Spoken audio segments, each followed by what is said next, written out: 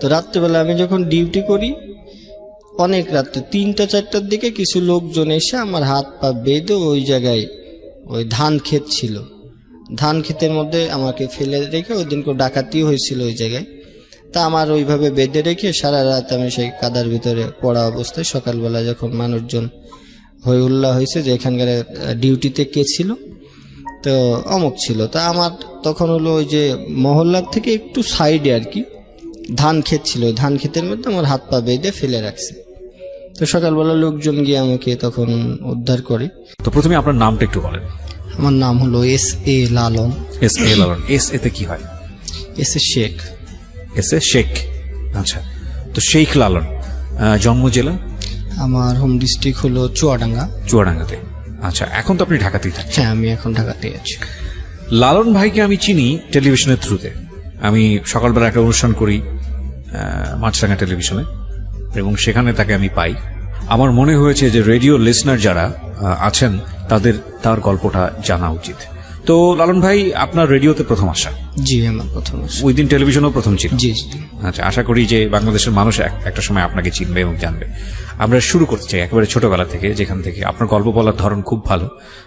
তো আজকে একেবারে মনোযোগ দিয়ে শুনবো। আমি নিজেও কমপ্লিট স্টোরি জানি না, বাট আমি যতটুকু জানি আমার কাছে মনে হয়েছে যে ইউ আর দ্য বেস্ট। ওকে, শুরু করেন আপনি। আমার হোম ডিস্ট্রিক্ট হলো চুয়াডাঙ্গা। আমি একদম একটা পাড়া গায়ে জন্মগ্রহণ করেছি। তো সেখানে আমার পড়ালেখা বাবা মার সহযোগিতায় আমি ক্লাস 5 পর্যন্ত পড়েছি। তো তখন আমার অনেক স্বপ্ন ছিল, আমি ডাক্তার হব। আমি প্রাইমারি স্কুলে ফার্স্ট বয় ছিলাম, প্রথম থেকে একদম প্রাইমারি পর্যন্ত, ক্লাস 5 পর্যন্ত আমার রোল 1 ছিল। তো ওখানে ওই সময় আমি বৃত্তি দিয়েছিলাম। এরপর পরেই হয়তো বাবা মার আর্থিক অনটনের কারণে আর আমার বাবা মা পড়ার সহযোগিতা করে নাই। বাবা কি করতেন? কৃষিকাজ? হ্যাঁ, বাবা কৃষিকাজ। আপনি পরিবারের বড় সন্তান না, ছিলেন? আমি 3 নাম্বার ছিলেন। আপনার বড় কি 2 ভাই না বোন? সবার বড় হলো বোন, তারপরে ভাই, আচ্ছা, তারপরে আমি। তো এত ভালো স্টুডেন্ট থাকার পরেও আপনার পড়াটা কি হঠাৎ করে বন্ধ হয়ে গেল? বন্ধ হয়ে গেল, ফ্যামিলির অনেক অভাব অনটন ছিল। আচ্ছা, তো তখন আমাকে একটা রেস্টুরেন্টে কাজে দিয়ে দেওয়া হয় আর কি।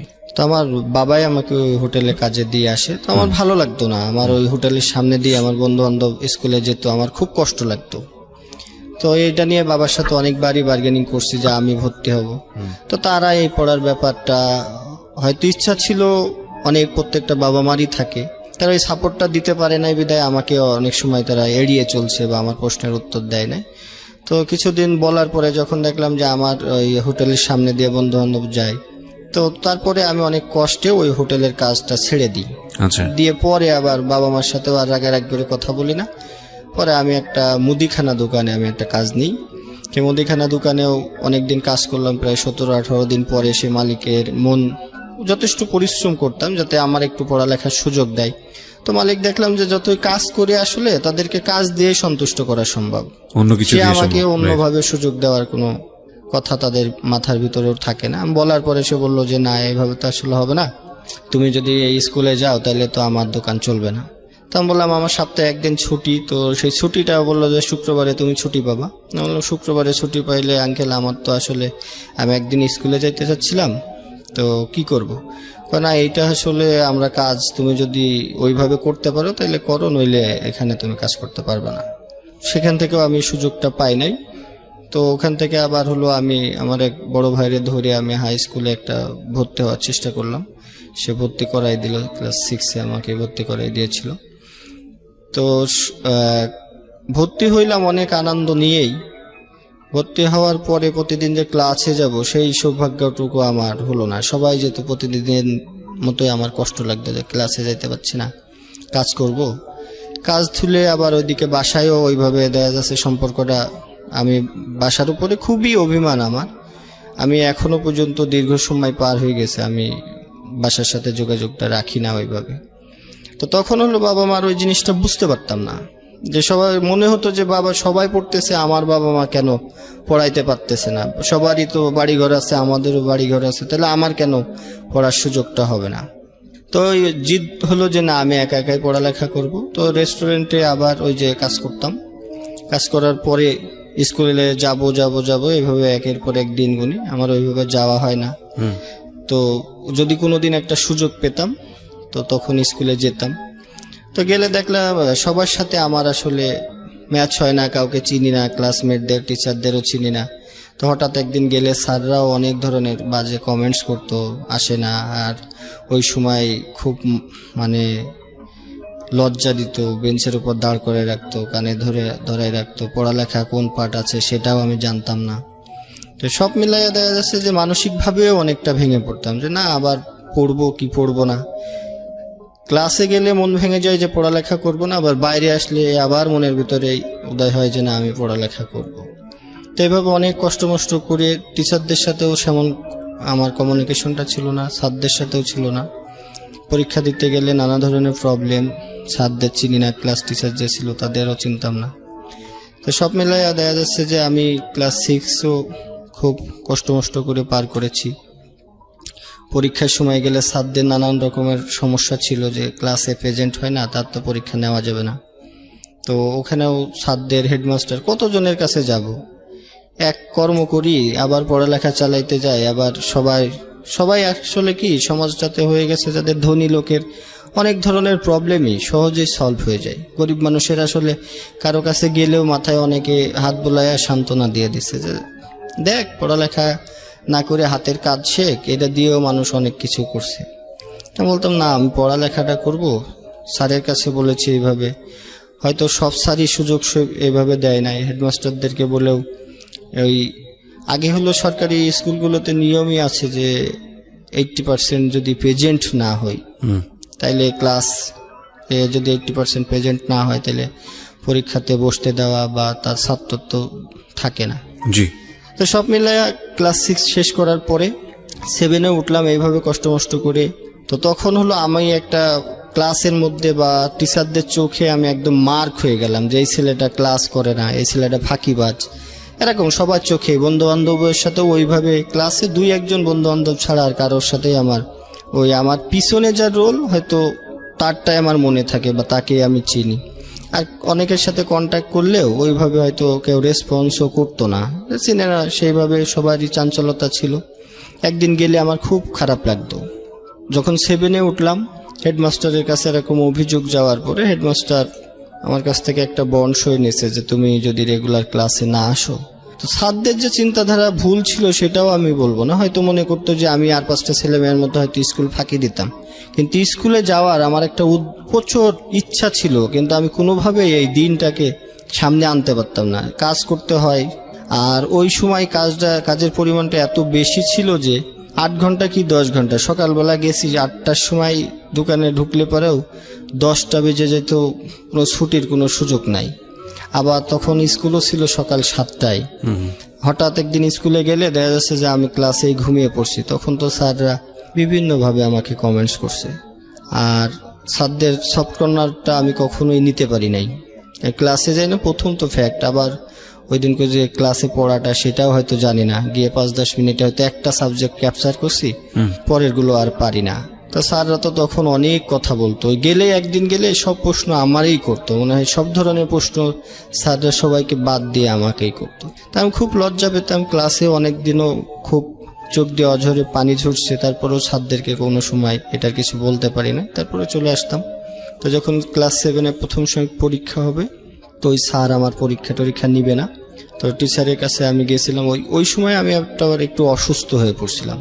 অন্যবার তো 2-1 যাওয়ার সুযোগ হয়েছে। তো প্রথম সময় পরীক্ষা পর্যন্ত আমি 3 মাসের মধ্যে 5-7 দিনও ক্লাস করতে পারি নাই। এই ছুটিগুলো পাইলেও আমি কাজে লাগাইতে পারি নাই। হেডমাস্টারের কাছে অভিযোগ গেছে, হেডমাস্টার আমার কাছ থেকে একটা বন্ড সই নিয়েছে, তুমি যদি ক্লাস না করো এরপরে এবার হয়তো মেনে নিলাম, এরপরে কিন্তু তুমি আর কন্টিনিউ করতে পারবে না। তা আমি ওই সময় পরীক্ষাটা দিব এই চিন্তা ভাবনা ছিল। আর বন্ড সইয়ের যে ফলাফল কি হবে এটা ওইভাবে তখন গুরুত্বও দিই না, লিখে দিছি যে আচ্ছা স্যার ঠিক আছে আমি রেগুলার ক্লাস করব। তো তখন পরীক্ষাটা দিলাম। পরীক্ষার পরে আমি তো এরপরেও আর ছুটিও পাই নাই, স্কুলেও যাইতে পারি নাই। তখন বই ছিল আমার মনে হয় 3টা বই কিনতে পারছিলাম আমি, পরের বইগুলো কিনা হয় নাই। সব মিলাইয়া দেয়া যাচ্ছে টাকা পয়সাও ছিল না, ওটার উপরে আর অতটা বেশি গুরুত্ব দেই নাই। পরে মনে হলো যে স্যারও তো আর, তখন দ্বিতীয় সময় পরীক্ষা শুরু হয়ে গেল। এইভাবে 3 মাস চলে যায়। 3 মাসের পর যখন দ্বিতীয় সাময়িক পরীক্ষা, তখন তো আমার মনে হলো যে টাকাও নাই, বইও সব কিনে নাই, আবার স্যারেও তো ঝামেলা করবে, যাক লজ্জা টজ্জা পাওয়ার দরকার নেই, আমি আর ওই স্কুলে যাব না। তো পরে আমি ওই আমাদের থানা লেভেল ছেড়ে আমি একটু ডিস্ট্রিক্ট লেভেলে চলে যাই, যে এখানে আমার কেউ চিনবে না, ওখানে যা করি যেভাবে থাকি জীবনযাপন যেভাবে কাটাই ওখানে কাটাবো। তো আমি থানা লেভেল ছেড়ে আমি একটু ডিস্ট্রিক্ট লেভেলে আমাদের চুয়াডাঙ্গা শহরে চলে আসলাম। তো ওখানে হচ্ছে আমি যে অনেক কিছু চিন্তা ভাবনা করে একটা হোটেলে কাজ নিয়েছিলাম, যে ওখানে দারোয়ানের কাজ নিলাম, যে রাত্রেবেলা আবাসিক হোটেলে দারোয়ানের কাজ। তো ওখানে যদি আমি কাজ করি তাহলে তো সারা রাত্রে তো আমার সমস্যা নাই, সকালবেলা আমি ক্লাসটা যেতে পারবো, স্কুলে যেতে পারবো। হ্যাঁ।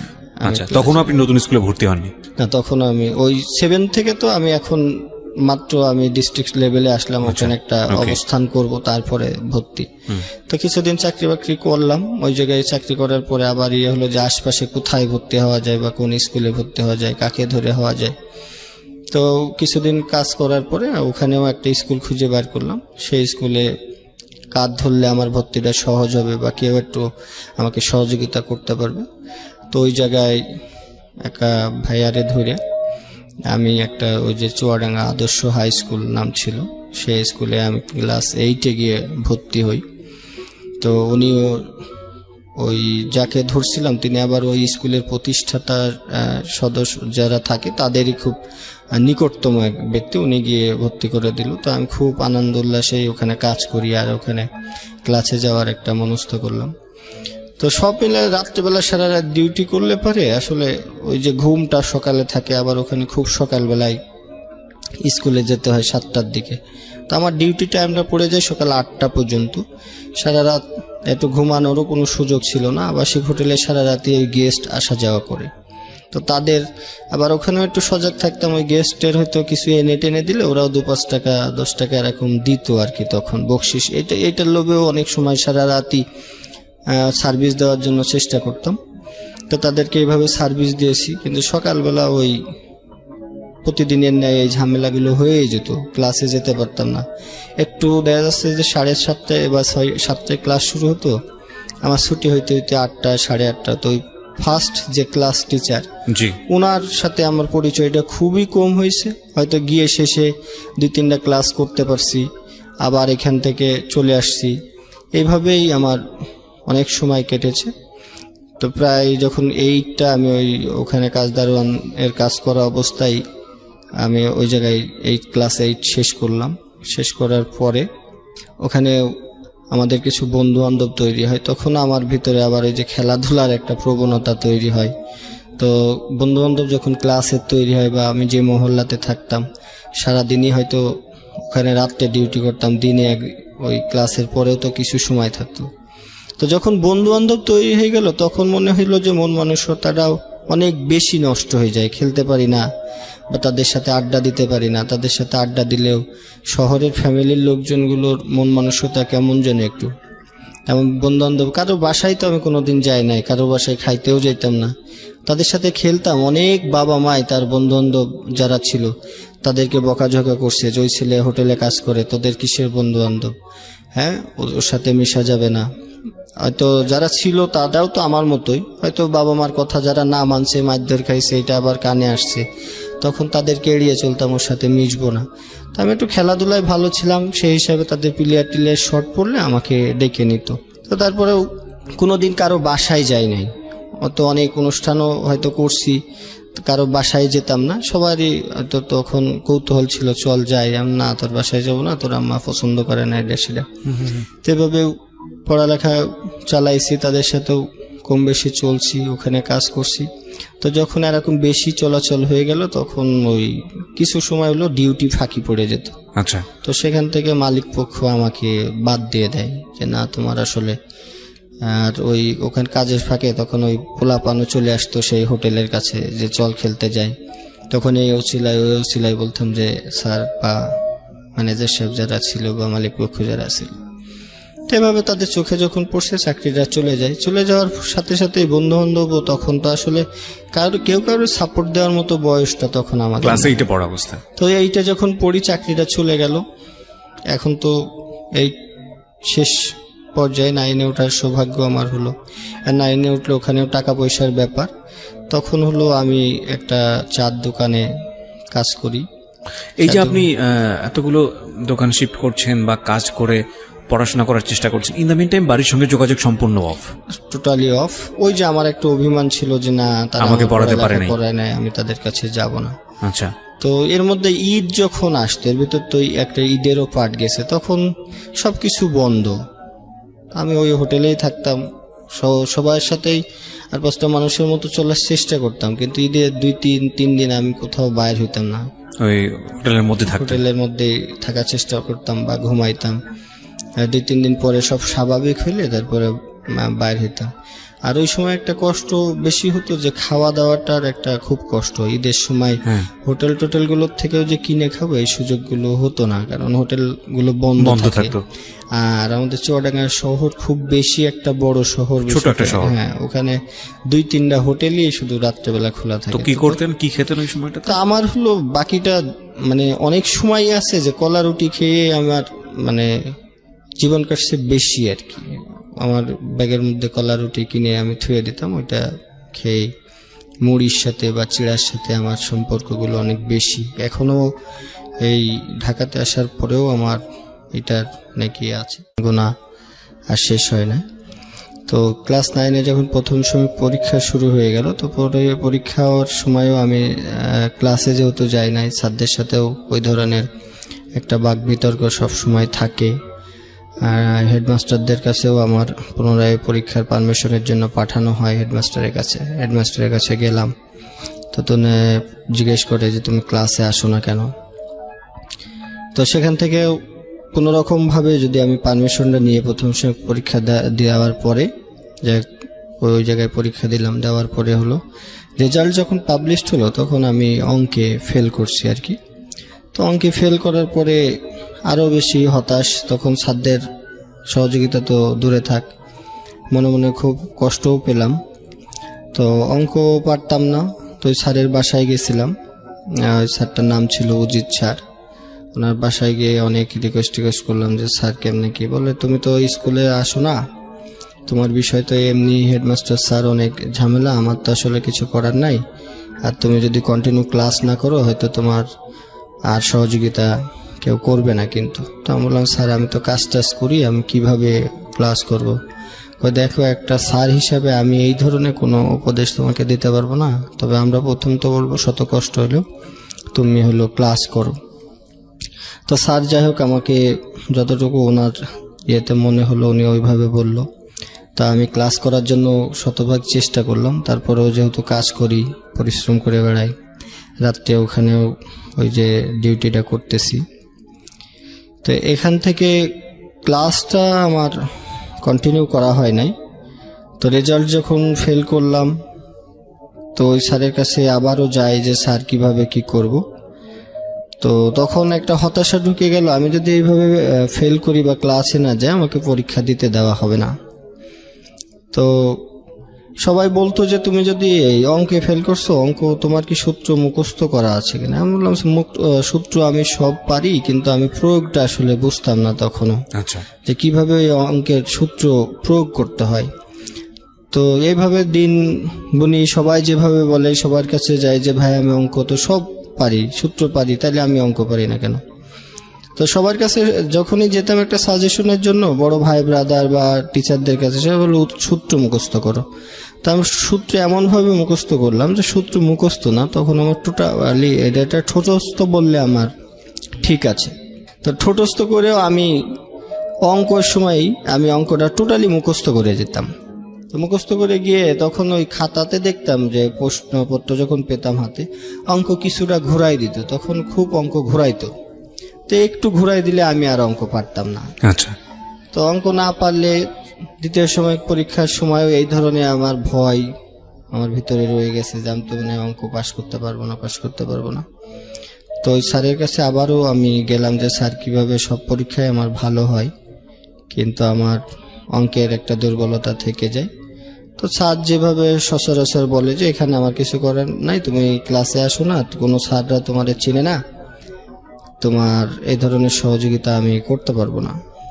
তা আমি বললাম স্যার আমাকে যদি একটু পড়ান তাহলে আমার জন্য খুব ভালো হয়, ক্লাসে আসতে হবে। আর শুধু এবার প্রাইভেট পড়েই যদি সবাই পড়ালেখা করতো তাহলে স্কুল কলেজগুলো কেন হয়েছে? সবাই ঘরে বসেই যদি পড়ালেখা করতো তাহলে এত কোটি কোটি টাকা খরচ করে স্কুল কলেজ ভার্সিটি হয়েছে, ওটা হবে না। তো স্যারের ওই দিনকেও উনি ওইভাবে আমার সাথে একটা আচরণ করে আমাকে যখন বাইর করে দেয়, আমি আবারও গেছি স্যারের বাসায় যে স্যার ওই ডিউটি শেষ করার পরে আমি সুযোগ পাইলে ওই স্যারের কাছে যেতাম। তখন মানে মনে অঙ্কের হতো- টিচারের কাছে যেতেন? হ্যাঁ, ওই স্যারের কাছেই মনে হয়তো ওই স্যার মনে হয় সব ইয়ে করবে। ওনার কাছে কত হলো, আমি তো একটা সাবজেক্ট দেখি, আর আমি তো তোমাদের ক্লাস টিচার না, আমি তো তোমার যে একটা গার্ডিয়ান টিচার থাকে ওনার সাথে তোমার ভালো লিঙ্ক থাকতে হবে। আমি তো সাবজেক্ট নেই, তুমি পাশ করলে পারে আমাদের কোনো সমস্যা নেই। ক্লাস টিচার তো মার্ক করে, যেটা আমরা বলি যে গার্ডিয়ান হিসেবে যে একজন টিচার থাকে। তো স্যারের কাছে গেলাম যে স্যার আমাকে একটু পড়াতে হবে। তখন বললো যে তুমি আসো, বিকালে আসো। আমি কই স্যার আমি তো কাজ করি, আমি তো বিকালে যেতে পারবো না। তা সকাল 7টায় ক্লাস শুরু হয়, আমি তো আর সকালে কোনো সুযোগ নেই। তখন বললো তুমি একটা কাজ করতে পারো, যদি আমি ফজরের নামাজের পরে আমি কিছুক্ষণ ক্লাসরুমে বসে থাকি, ওনার যে কিছু পোলাপান পড়াইতো সেটা ওনার বাসাতেই, ওনার বাসার নিচতলায়। তো উনি নামাজ পড়ার পরে আর উপরে যায় না। বল যদি তুমি নামাজ পড়ার পরে আসতে পারো, এটা অনেক রিকোয়েস্ট করার পরে রাজি হলো যে ঠিক আছে তুমি তাহলে নামাজের পরে আসো, আমি তোমাকে কিছুদিন দেখাই দিব। তো যাক, আল্লাহর রহমতে উনি রাজি হলো। আমিও ফজরের নামাজের পরে আমি চলে যেতাম, তখন অন্ধকার থাকতে থাকতেই। তো স্যার 4-5 দিন যখন অঙ্ক করাই, তো আমার জিজ্ঞেস করলো তোমার সমস্যাটা কি, এই অঙ্ক তুমি হুবহুব তো পারতেছো। আমি কই স্যার অঙ্ক আমি পারা বলতে কি, আমি এই অঙ্ক সব মুখস্থ করে আসছি স্যার, আপনি যেটাই দিবেন আমার মুখস্থ। তো কয় সমস্যা কি? আমি কই স্যার এই অঙ্কটা যখনই ঘুরাই দেয় তখন তো আমি আর পারি না। তো উনি আবার একটা অঙ্ক দিয়ে, তখন আমি ওই যে আদিলের টেস্ট পেপার নামে একটা বই ছিল, ওখান থেকে উনি 2-1টা অঙ্ক করতে দিল। তো ওইটার থেকে হুবহুব যদি থাকে, আমি টেস্ট পেপার বলেন বা সমাধান যে বইগুলো আছে সবই আমি ফলো করতাম। রাত্রেবেলা যখনই সুযোগ পাইতাম মনে হতো যে আমার এই পড়ালেখাটা বা আমি যদি পাশ করতে না পারি, স্যারদের কাছ তো আমি কোনো রকম সহযোগিতা পাবো না। তো অনেক সমাধান বইও আমার কাছে ছিল। আদিলের টেস্ট পেপারে এমন কোনো অঙ্ক ছিল না যে আমার নজরের বাইরে বা আমি মুখস্থ করি নাই। কিন্তু তখন কি হতো যে হুবহুব বইয়ের সাথে মিলতো না, কিছুটা হইলে চেঞ্জ করে দিত। আচ্ছা। তো স্যারও 2-3 দিন আমার এই প্রবলেমটা উনি ধরতে পারেন। পরে যখন আমি বললাম যে স্যার আমি আসলে কিন্তু অঙ্ক সব মুখস্থ করে আসি, আপনি আমাকে যেইটাই দেন এই আদিল থেকে দেন আর এই সমাধান থেকে দেন, আমার কিন্তু হবে, কিন্তু পরীক্ষার খাতায় যদি চেঞ্জ হয় আমি পারি না। পরে স্যার বললো তুমি কি বুঝো না? আমি কই স্যার এই যখন আপনারা সূত্রটা যে প্রয়োগ করেন এটা আসলে আমি বুঝি না, কিভাবে একটা সূত্র আপনারা দিচ্ছেন, আমি দিলে হয় না। তো উনি আমার তখন ওই সূত্রটা আমাকে বুঝাই দিল যে এইভাবে সূত্র প্রয়োগ করলে তুমি অঙ্ক করতে পারবে। ওকে। তো আমি ওভারঅল 10-12 দিনের মধ্যেই আল্লাহর রহমতে অঙ্কটা আমার নিয়ন্ত্রণে নিয়ে নিলাম। তারপরের থেকে ওনার কোচিংয়েও আমি যে সকালবেলা যারা আসতো তাদেরকে ম্যাথটা করানোর, মানে যে অঙ্কে আপনি ফেল করতেন সে অঙ্কে আপনি এখন টিচারের জায়গায় জায়গা নিয়ে নিলেন। ওকে। তো স্যারও আমাকে ওই সুযোগটা দিয়েছিল তখন।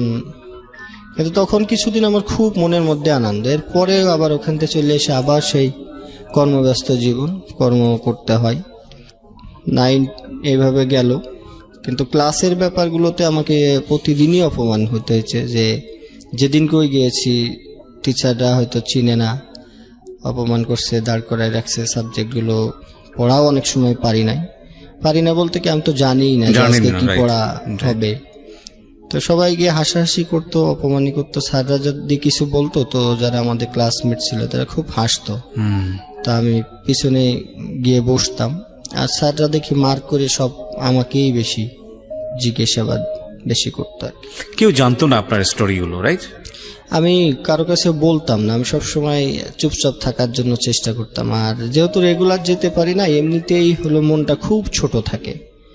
আবার ওই যে কিছু বন্ধু বান্ধব থাকে, তাদের আনন্দ উল্লাস থাকে, আমি হয়তো সেভাবে একই ক্লাসমেট হইলেও অনেকেই ইগনোর করে যারা বাস্তবভাবে চলাচল করছে। হয়তো যদি আপনি আর 5টা মানুষের মতো সমান তালে যাইতে না পারেন, এটা বাস্তব জীবনটা আসলে অনেক বেশি সত্য কথা, বেশি কঠিন। তো এভাবে অনেক আমি প্রত্যেকটা ধাপ পার হইতে হইলে আমাকে অনেক জনের কাছে অনুরোধ, বিনয়, তাদের কাছে রিকোয়েস্ট, ক্লাসে যায় নাই, এই ধরনের জটিলতা আমার জীবনে সবসময় রয়ে গেছে। আমি তাদের কাছে গিয়েও কেউ কেউ হয়তো সহযোগিতা করছে, না করলে হয়তো আজকে এই পর্যন্ত আসতে পারতাম না। হয়তো ধারাবাহিকভাবে একবারের জায়গায় পাঁচবারের জায়গায় মালিক পক্ষ যারা ছিল, হয়তো স্কুলে জটিলতা হইলে আমি 2 দিন কাজে যাই না, তখন ওই কাজগুলোও আবার বিকালবেলা আসলে মালিকের কাছেও বকাবকি করছি, পড়াশোনা করে তুমি জজ ব্যারিস্টার হইবা, তাই এই তার দোকানে বা এই দোকানে কাজ করার দরকার কি, যাও চলে যাও। সেই সময় আপনি একটা চায়ের দোকানে কাজ করতেন? আমি আবাসিক হোটেলে কাজ করতাম রাতে, আর দিনে করতাম চার দোকানে কাজ, যাতে কিছু টাকাটা বেশি আমি পাই। আর তখন হলো যে হোটেলে কাজ করতাম, আবাসিক হোটেলে, ওখানে আমাদের বেতনটা আমার বেতন ধরা ছিল 600 টাকা মাত্র। হ্যাঁ, আর ওখানে যে হিসাবটা ছিল যে আপনাকে বাকিটা ওই যে যারা গেস্ট আসে তাদের কাছ থেকে যদি টিপস পান, ওইটাই আপনার সব। আর খাওয়া দাওয়ার কিন্তু সুযোগ নেই, তো ওখানে থাকার একটা ব্যবস্থা থাকে। তো এইটা করলে পরে ওই দেখা যাচ্ছে যে এদিকে ক্লাস শেষ করে এসেও তখন আবার অনেক করতাম যে আমাকে যেভাবে খাওয়ার টাকাটা অ্যারেঞ্জ করতে হবে। একটা হোটেল থেকে ভাত বা গেস্টের ভাত টাত কিনে আনলেও সেখান থেকেও যদি থাকে সেসব খাবারও রেখে দিয়েছি, খেয়েছি। তো যখন এইভাবে 9-এর ফাইনাল পরীক্ষা হয়ে যাবে, ফাইনাল পরীক্ষার পরে 10-এ ওঠার সময় আমার ক্লাসের যে প্রেজেন্টের যে বিষয়গুলো, অ্যাটেন্ডেন্সগুলো স্যারদের নলেজে গেছে, বা হেড স্যার উনি আমাকে ডাকায় বললো যে তুমি কিন্তু কোনোভাবেই ক্লাস যদি 10-এ তুমি না করো, তুমি কিন্তু পরীক্ষা দিতে পারবা না। তো পারবাই না, উনি গ্যাস স্যার। তো এর আগে হলো ওই যে আমার এই ক্লাস 9 পর্যন্ত আমাদের আরেকটা টিচার ছিল, উনি অতটা বেশি অ্যাটেন্ডেন্সের উপরে গুরুত্ব দেয় না। তো ক্লাস 10-এ যখন উঠি তখন গিয়াস স্যার নামে একজন স্যার ওখানে আসলো। উনি প্রথম এসে অনেক বেশি মানে পুরা স্কুলের একটা ডিসিপ্লিন চেঞ্জ করার বা পড়ালেখা ভালো করার একটা উদ্যোগ নিল। আচ্ছা, নেওয়ার পরে আমি যখন এই 10-এ উঠলাম, আমার তো ক্লাসে যাওয়ার কোনো সুযোগ হলো না। তো এইভাবে প্রথম পরীক্ষা হলো, দিলাম। সেখানেও হয়তো স্যার যারা ছিল তারা হয়তো একটু সফট কর্নার দেখাইলো বা গিয়ে কোনো রকম পরীক্ষাটা দিয়ে আমি চলে আসছি। কিন্তু যখন ফাইনাল পরীক্ষা, আমাদের যেটা টেস্ট পরীক্ষা বলে, ওই সময় গিয়ে আমারে টোটালি আটকাই দিল স্যার। কি জন্য? ওই যে স্কুলে আমার যাতায়াত নাই, উনি কোনো রকম ভাবেই আমাকে টেস্ট পরীক্ষায় বসতে দিল না।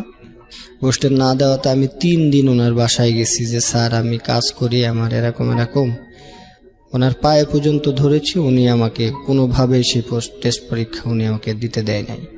তো উনি দিতে দেয় নাই। তো খুব কষ্ট পাইলাম, রাত্রিবেলা গেছি ওনার বাসায় বসে থাকতাম যে স্যার সারাদিন উনি স্কুলে থাকতো, আমি সারাদিন গিয়ে ওনার বাসায় সামনে ঘুরঘুর করতাম। টেস্ট পরীক্ষা দেওয়ার আর সুযোগ হলো না, উনি পারমিশন দেয় নাই। তো সেই বছর আমার গ্যাপ গিয়েছে, আমি কোনোভাবেই ওই টেস্ট পরীক্ষা কিন্তু দিতে পারি নাই।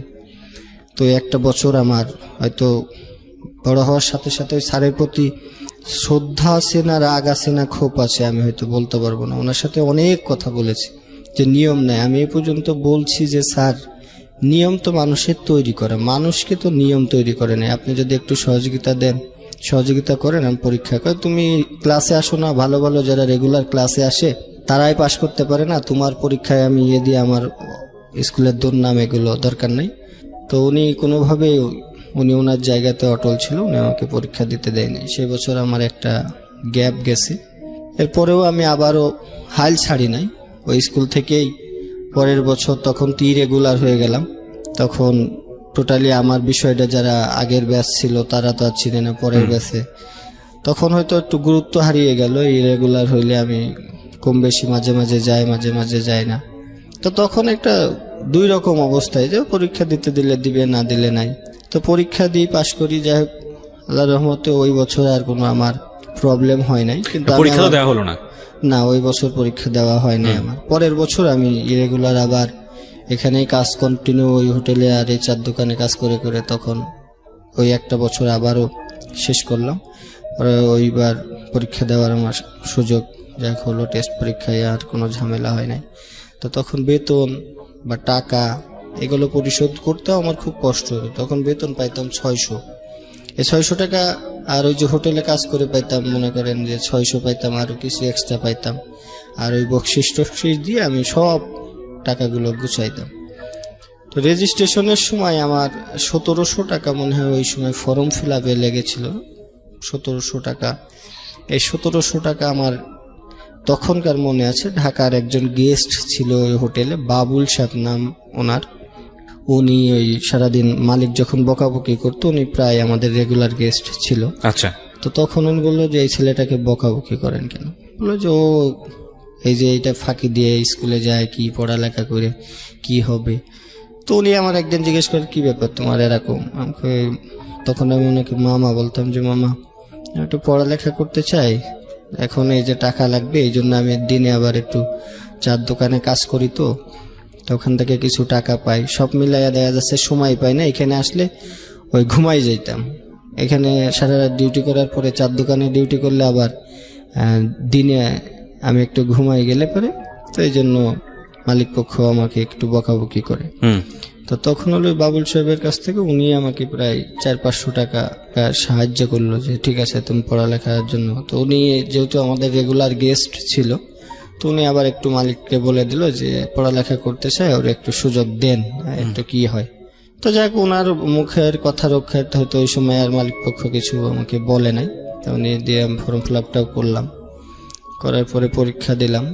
তো ওই সময়ও মালিক পক্ষ বা যখন আমি এখান থেকে পরীক্ষা দিতে যাইতাম, আমাদের সাথে যারা আরো ডিউটি করতো সবাই টিটকারি করতো, উপহাস করতো, হ্যাঁ পরীক্ষা দিতে যাচ্ছে, পোলাপান রেগুলার পড়ালেখা করেই পাশ করতে পারে না। তো যাক, আল্লাহর রহমতে ওইবার আমার সাথে যারা আমার পরিচিত বন্ধু বান্ধব বা এপারে ওপারে যারা ছিল, সবার চেয়ে আমার রেজাল্টটা অনেক বেশি ভালো হয়েছে।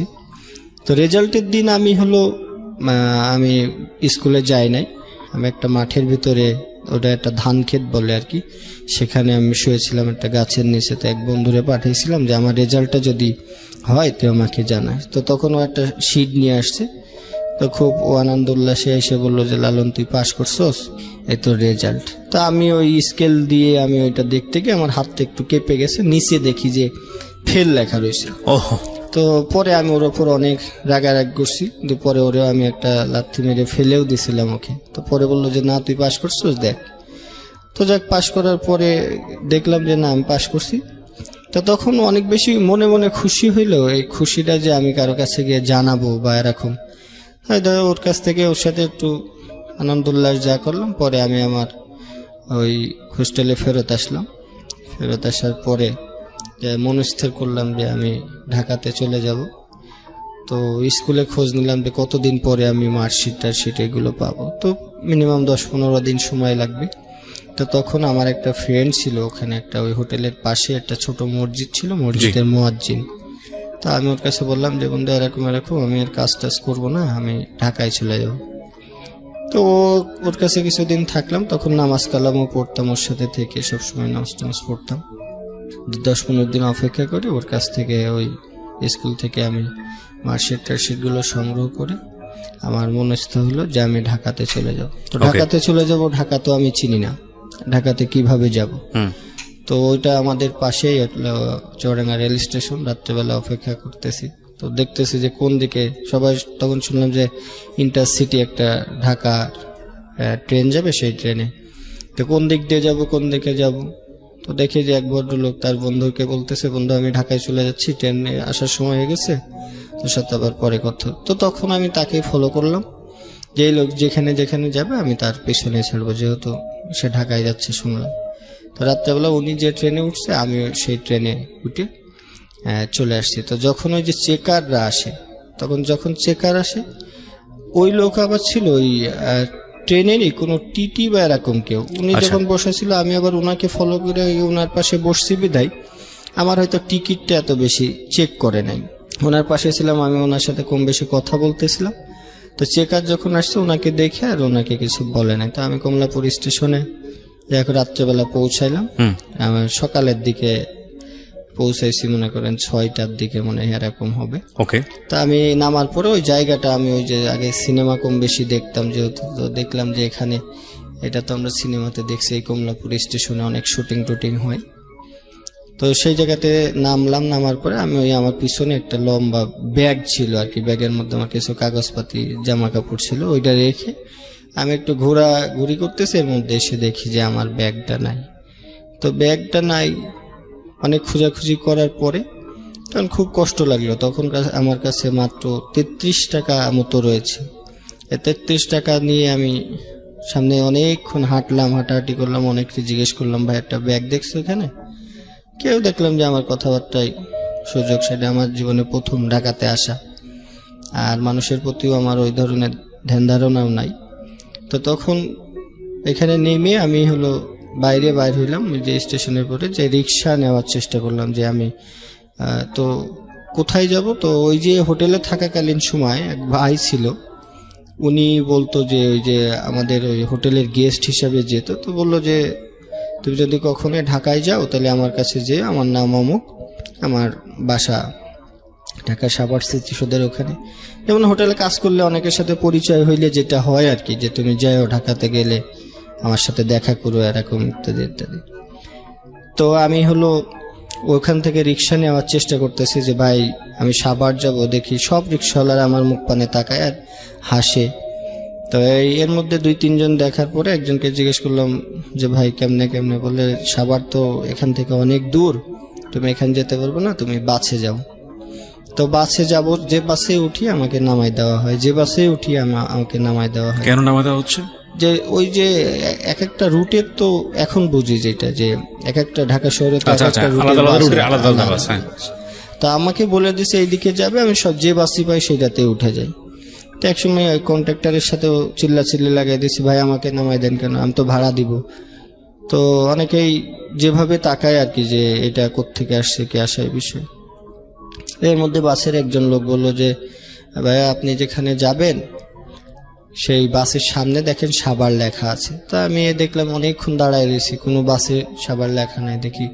এরপরে একজনকে জিজ্ঞেস করলাম যে ভাই আমি তো সাভার যাবো কিভাবে? বললো যে ওই যে আপনি মতিঝিলের ওইদিকে শাপলা চত্বর একটা জায়গা আছে, এরকম নাম বললো, যে ওখান থেকে যান, ওখানে সাভার যে যাবে বাস।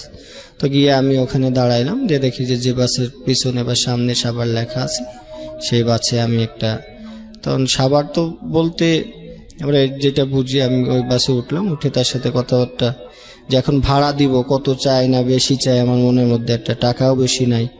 তো অনেকের ফলো করতেছি যে কে কত দেয়, আমিও সেটা দিব। তো তাকে জিজ্ঞেস করলাম সে আমার কাছে কয় টাকা যেন রাখছিল। তো রাখার পরে আবার সাভার গিয়ে নামলাম। সাভার গিয়ে এখন মনে আছে আমার রাজ্জাক প্লাজার সামনে গিয়ে আমাকে নামাই দেওয়া হলো। তো ওখানে গিয়ে অনেক মানুষকে জিজ্ঞেস করি যে ভাই এখানে স্মৃতিসৌধ কোথায়? কয় নবীনগর। নবীনগর না ভাই, সাভার একটা স্মৃতিসৌধ আছে। তো কেউই আমার এই কথাটাকে গুরুত্ব দেয় না যে কিসের সাভার স্মৃতিসৌধ আছে। তো আমি এক চার দোকানদারে গিয়ে বললাম যে ভাই এখানে স্মৃতিসৌধটা কোথায়? কয় এখানে তো নয়, নবীনগর স্মৃতিসৌধ। না ভাই সাভারের স্মৃতিসৌধ আছে, আমার এক ভাই ঠিকানা দিয়ে আসছে। তো উনি অনেকেই এই কথাগুলো শোনার পরে বিরক্তি হয়ে আমাকে দেখা যাচ্ছে সেইভাবে কোনো সদ উত্তর দেয় না। তো চার দোকানদারের কাছে গেলেও সে এক কাপ চা খাইলে হয়তো সে আমার কথা শুনবে। আমি ওনার কাছে একটা চা খাইলাম, খাওয়ার পরে আস্তে করে জিজ্ঞেস করলাম যে ভাই এরকম এরকম আমি খুব বিপদে আছি, আমার ভাই একটা ঠিকানা দিয়ে আসছে এরকম সাভার স্মৃতিসৌধের পাশে তার বাসা, আমি এখন যাব। তখন বেলা 2টা বেজে গেছে, আমার খুব ক্ষুধাও লাগছে, সারা রাত না খাওয়া ছিলাম। তখন বললো যে দেখো ভাই এখানে সাভার স্মৃতিসৌধ বলে কিছু নাই, ঢাকার বাইরে যারা যায় তারা মূলত ওই স্মৃতিসৌধকে সাভার স্মৃতিসৌধই বলে। তুমি এখান থেকে বাসে উঠে নবীনগর যাও। তা আমি ওনার কথা মতো বাসে উঠে সেই নবীনগর স্মৃতিসৌধের ওখানে গেলাম।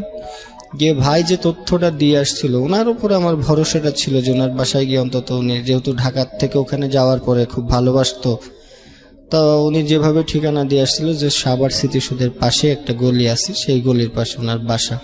তা আমরা যেহেতু পাড়া গায়ে বড় হয়েছি, তা আমরা মনে করছি যে নাম বললেই হয়তো চিনবে বা বাসা একটা সবাই চিনার কথা। তো গ্রামের যে মন মানসিকতা আমার সেটাই ভিতরে রয়েছে। যে ওখানে গিয়ে দেখলাম যে পুরা আশপাশে কোনো বাড়িঘর নাই, কোনো রাস্তাঘাট নাই। তো সন্ধ্যা হয়ে গেল, খুঁজতে খুঁজতে আর তার অপেক্ষায় সাইবার স্মৃতিসৌধের সামনে অনেকক্ষণ অপেক্ষা করলাম যে যদি তাকে দেখতে পাই। অনেককে জিজ্ঞেস করলাম, উনি যে ঠিকানা দিছে সেই ঠিকানার সাথে মিলেও না। এরকম করতে করতে সন্ধ্যা যখন হয়ে যায় তখন তো এই স্মৃতিসৌধের ভিতর থেকে বাইর করে দিল। বাইর করে দেওয়ার পরে এখন কোথায় যাব? সেদিন সন্ধ্যার পর পরে আবার বৃষ্টিও নামছে। নামার পরে আমি তো আর টাকাও আমার কাছে নাই। ওখান থেকে আমি হাঁটতে হাঁটতে হাঁটতে হাঁটতে একদম সাভারে আসলাম, রাজ্জাক প্লাজার এই জায়গাতে আসলাম। তখন রাত্র প্রায় 12টা বাজে। তো ওখানে এসে আমি রাজ্জাক প্লাজার সামনে একটা বেঞ্চেতে বসেছিলাম। তো বসে থাকার পরে আমার ওখান থেকে দারোয়ানরা আমারে উঠাই দিল যে এখানে বসা যাবে না। তো সাইড গিয়ে আবার আরেকটা জায়গায়, ওইটা রাজ্জাক প্লাজার পাশে মাহাতাব প্লাজা আছে, ওর পাশে একটা গলি দেখলাম যে রাত্রেবেলা অনেক লোকজনের আসা যাওয়া। আমি ওখানে বসলাম। তো ওখানে বসার পরে ওই জায়গাটা ছিল একটু খারাপ, কিছু অসামাজিক কার্যকলাপ ওই জায়গায় হতো। তা আমার এগুলো তখন তো জানা ছিল না। আমি ওই জায়গায় গিয়ে বসছি, তখন ওই দারোয়ান আমাকে উঠাই দেয় যে এখানে বসা যাবে না, যাও। বসা যাবে না এই কারণ তখন আমি তো ছোট ছিলাম, আমার পরনে একটা ট্রাউজার ছিল আর একটা গেঞ্জি, একটা হলুদ কালারের একটা গেঞ্জি ছিল। তো তখন দেখলাম এক মেয়ে এসে বলল যে ও বসে রয়েছে, সমস্যা কি, বৃষ্টির মধ্যে কোথায় যাবে? তো দারোয়ান দেখলাম তার সাথে কি বলা গাওয়া করলো, করার পরে বললো যে না থাক। তো আমি আবার সেই মেয়েটা আমাকে জিজ্ঞেস করলো কি সমস্যা তোমার? বললাম আপু এরকম এরকম, আমি এক ভাইয়ের ঠিকানায় আসছিলাম, তার ঠিকানাও খুঁজে পাচ্ছি না, আমি কোথায় যাব, কি করবো, আমার কোনো যাওয়ার কোনো জায়গা নাই, এই জন্য এখানে বসছি, সবাই আমাকে উঠাই দেয় বৃষ্টির মধ্যে। তো উনি আমাকে বললো দেখো এই জায়গা তো এরকম এরকম, এগুলো তুমি বসে থাকলে ওদের ডিস্টার্ব হবে, এরকম বসা যাবে না। তো ওই মেয়েটা আমাকে বললো তুমি একটা সাইডে দাঁড়াও, আমি আসতেছি। তো যাক, সে খারাপ হইলেও তার মন মানসিকতা অনেক বড় ছিল, এই জন্যই মূলত আজকে আমি তাদেরকে নিয়েই কাজ করার মন মানসিকতা আমার তৈরি হয়েছে। তো উনি বসে থাকার পরে উনি কিছুক্ষণ পরে আমাকে নিয়ে ওনার বাসায় গেল। তো সে ওখানে দেহ ব্যবসা করতো আর কি। তো দেহ ব্যবসা করলে উনি আমাকে তার বাসায় নিয়ে গেল, 2-3 দিন তাকে তার বাসায় আমার তার ভাইয়ের মতো রেখেছে, তার কাছে ওখানে থাকছি। তো 3-4 দিন যাওয়ার পরে উনি মনে হয় আবার ওখানে গেছিল, হয়তো বাড়িওয়ালার ইনফরমেশন আর কি। বাড়িওয়ালা বললো যে তুমি এখানে থাকতে পারবে না, তোমার যে আপু বাইরে গেছিল সে তো এরকম এরকম পুলিশের হাতে ধরা খেয়েছে, বাসা ছেড়ে দিতে হবে। তো উনি আমার বাসাতে বাইর করে দিয়ে বাড়ি তালা মেরে দিল।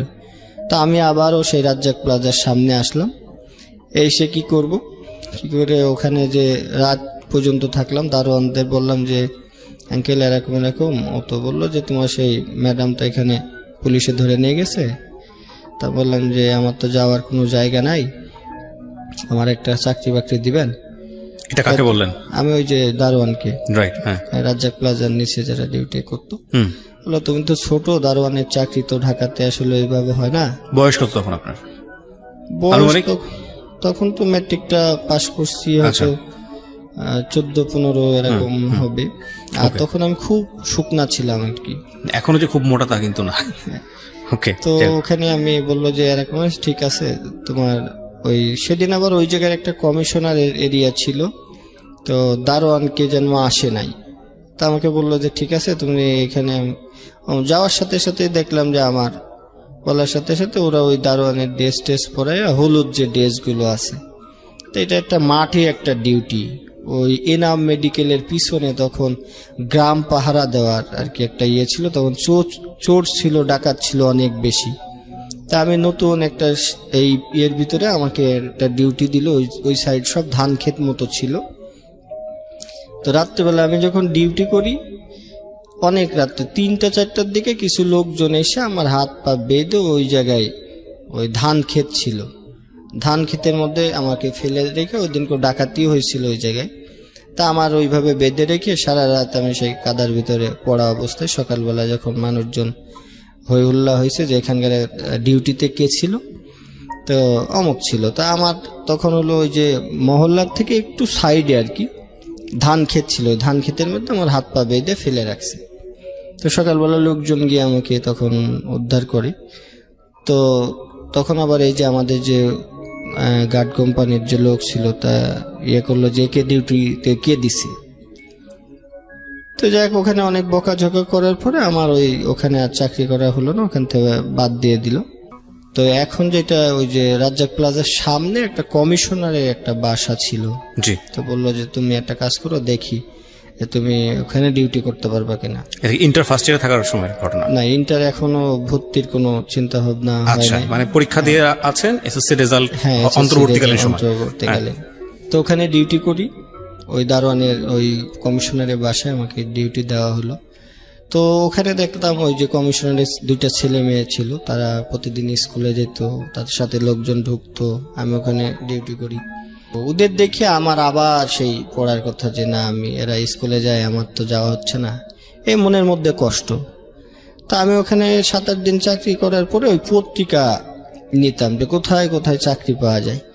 তো দেখতাম যে সবার যে রিকোয়ারমেন্টস আছে তার সাথে আমারটা যায় না, মিলে না। ওই সারাদিন ঘোরাফেরা করার পরে ওদের বাসাতেই আমার দিনে ডিউটি ছিল, আমি ওখানে ডিউটি করতাম। আর সন্ধ্যার পরে যদি ওই যে আরেকটা দারোয়ান আসার পরে আমার ছুটি হয়ে যেত।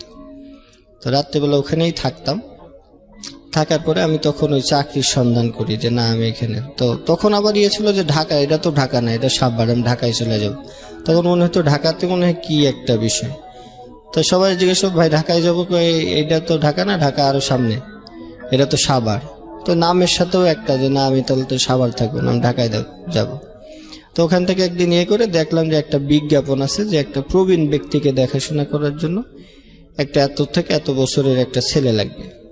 তো প্রবীণ বলতে আমি আসলে তখন ওইভাবে বিষয়টা প্রবীণ না নবীন এরকম বুঝতে পারি না। গিয়ে দেখলাম যে মতিঝিল একটা বাসা, তো ওই ব্যক্তিকে দেখাশোনা করার জন্য আমি ইন্টারভিউ দিতে গেলাম।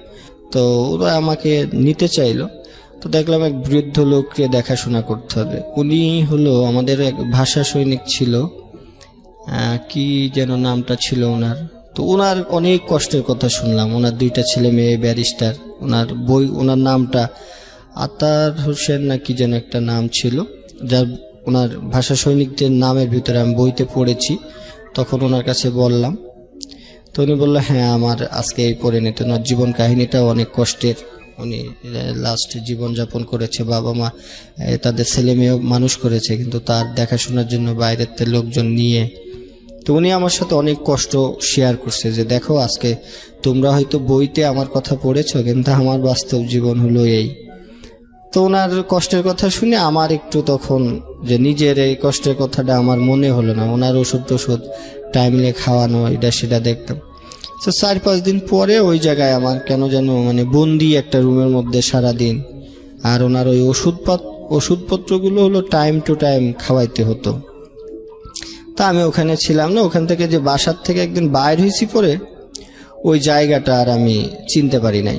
ওনার বাসায় যে ফেরত যাব আর বাসাও খুঁজে পাই নাই। পরে আমি চলে আসি। আমি ওখান থেকে হাঁটতে হাঁটতে হাঁটতে হাঁটতে আমি চলে আসলাম হলো নিউ মার্কেট। নিউ মার্কেটে এসে তখন আমার কাছে অনেক টাকা পয়সাও নাই। তো কি করব তখন আমি একটা ওই যে মার্কেটে যে ভাত বিক্রি করে যেসব মহিলারা, ওনাদের সাথে এক মহিলার সাথে কথা বললাম যে খালা এরকম ভাত কত? কয় এত টাকা। আমি কই এরকম, মানে আমার কাছে তো টাকা পয়সা নাই। তাহলে তুই আমার কাছে কাজ করলে তোর থাকা খাওয়া আমি দিব। তো ওনার কাছে আমি তখন ওই যে ভাতের মাথায় করে বওয়ার জন্য ওনার কাজ করলাম। তো ভাত বইয়ে বেড়ানো এটা অনেক কষ্টের। মাথার উপরে 10টা-12টা এরকম টিফিনকার বাটি দিয়ে দিত, এটা বইয়ে সেই মার্কেটে তুলতে হতো, নিচতলা দোতলা, মানে যেখানে অর্ডার হতো সেখানে দিতাম। জি। তো যাক, হাজার কষ্ট হইলেও সেগুলো আবার এটা বয়ে নিয়ে যাওয়া, আবার এই বাটি নিয়ে যাওয়া, বাটি নিয়ে গিয়ে আবার এগুলো ধোয়া, বাজার সদাই করা, সেগুলো আবার প্রতিদিনই এরকম 17-18 দিন আমি তার কাছে করেছি। এটা আমার নিউ মার্কেটে অনেক জায়গায়। তখন তো সব শহরটাই আমার কাছে অপরিচিত, তখন জানতাম না এটা কোন মার্কেট বা কি। কত সালের গল্প এটা আনুমানিক? এটা হলো 2006 সালে। 2006 সালে, আজ থেকে 12 বছর আগের গল্প। তো তখন হলো ভাত দিতাম। তো একদিন নিয়ে যেতে যেতে ওই ভাত, আমি খুব জ্বর ছিল আমার, তো ভাত নিয়ে যেতে যেতে আমার এটা এখন মনে আছে, ওই যে নীলক্ষেত মোড়টা পার হইতে গিয়ে আমার ভাতের বাটি কয়টা পড়ে গেছিল আর কি। তো খালা এসেও অনেক রাগারাগি করে আমার ওখান থেকে বাইর করে দেয়। তো তখন উনি আমার কোন টাকা পয়সাও দেয় নাই। তো আমার কাছে হয়তো কিছু 7-8 টাকা মতো এরকম, কম বেশি এরকম কিছু একটা টাকা আমার কাছে ছিল। তখন তো বাইরে হওয়ার সুবাদে ওই যে এখানে মার্কেটে যখন ভাত টাত দিতাম, তো তখন যারা কিছু আমরা টামরা এইসব বিক্রি টিক্রি করে তাদের সাথে আমার মোটামুটি একটা পরিচয়, ভাত দেওয়ার সময় কৌতূহল ছিল মানুষের ভিতরে জানার।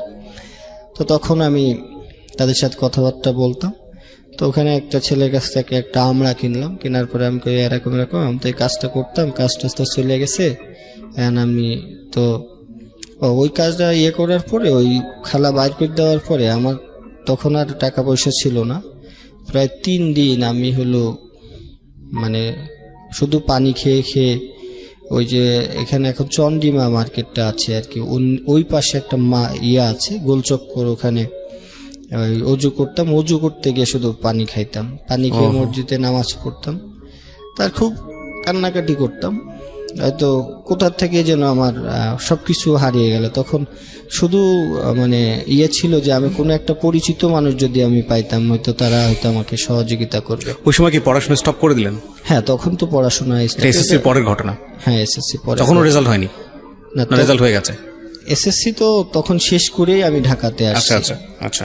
তো তখন হলো ওখানে 3 দিন আমি প্রায় পানি খেয়ে খেয়ে আমি জীবনযাপন করছি। আর তখন এই 3 দিন আমি পানি খেয়ে থাকি, আর প্রচন্ড ক্ষুধার্ত অবস্থায় পানি খাইলে অনেক বেশি কষ্ট লাগে, পেটের ভিতরে ব্যথা করে। তখন আমি ওই এখানে যে ওই খালার কাছ থেকে চলে আসার পরে যখন এই 3 দিন, তখন আমি চন্দ্রিমা সুপার মার্কেটে সিঁড়ির নিচ দিয়ে ওই তখন বুটিক্সের কাজ করতো, বড় বড় টেবিল থাকতো। জি। তো আমি সন্ধ্যার আগে কি করতাম, যে ওই টেবিলের নিচে ঢুকে থাকতাম, যে আমার ঘুমানোর একটা জায়গা আর কি। ওই টেবিলের নিচে বড় বড় পর্দা দেওয়া থাকে, ওখানে কেউ দেখতো না। তো ওখান থেকে আর বার হইতাম না।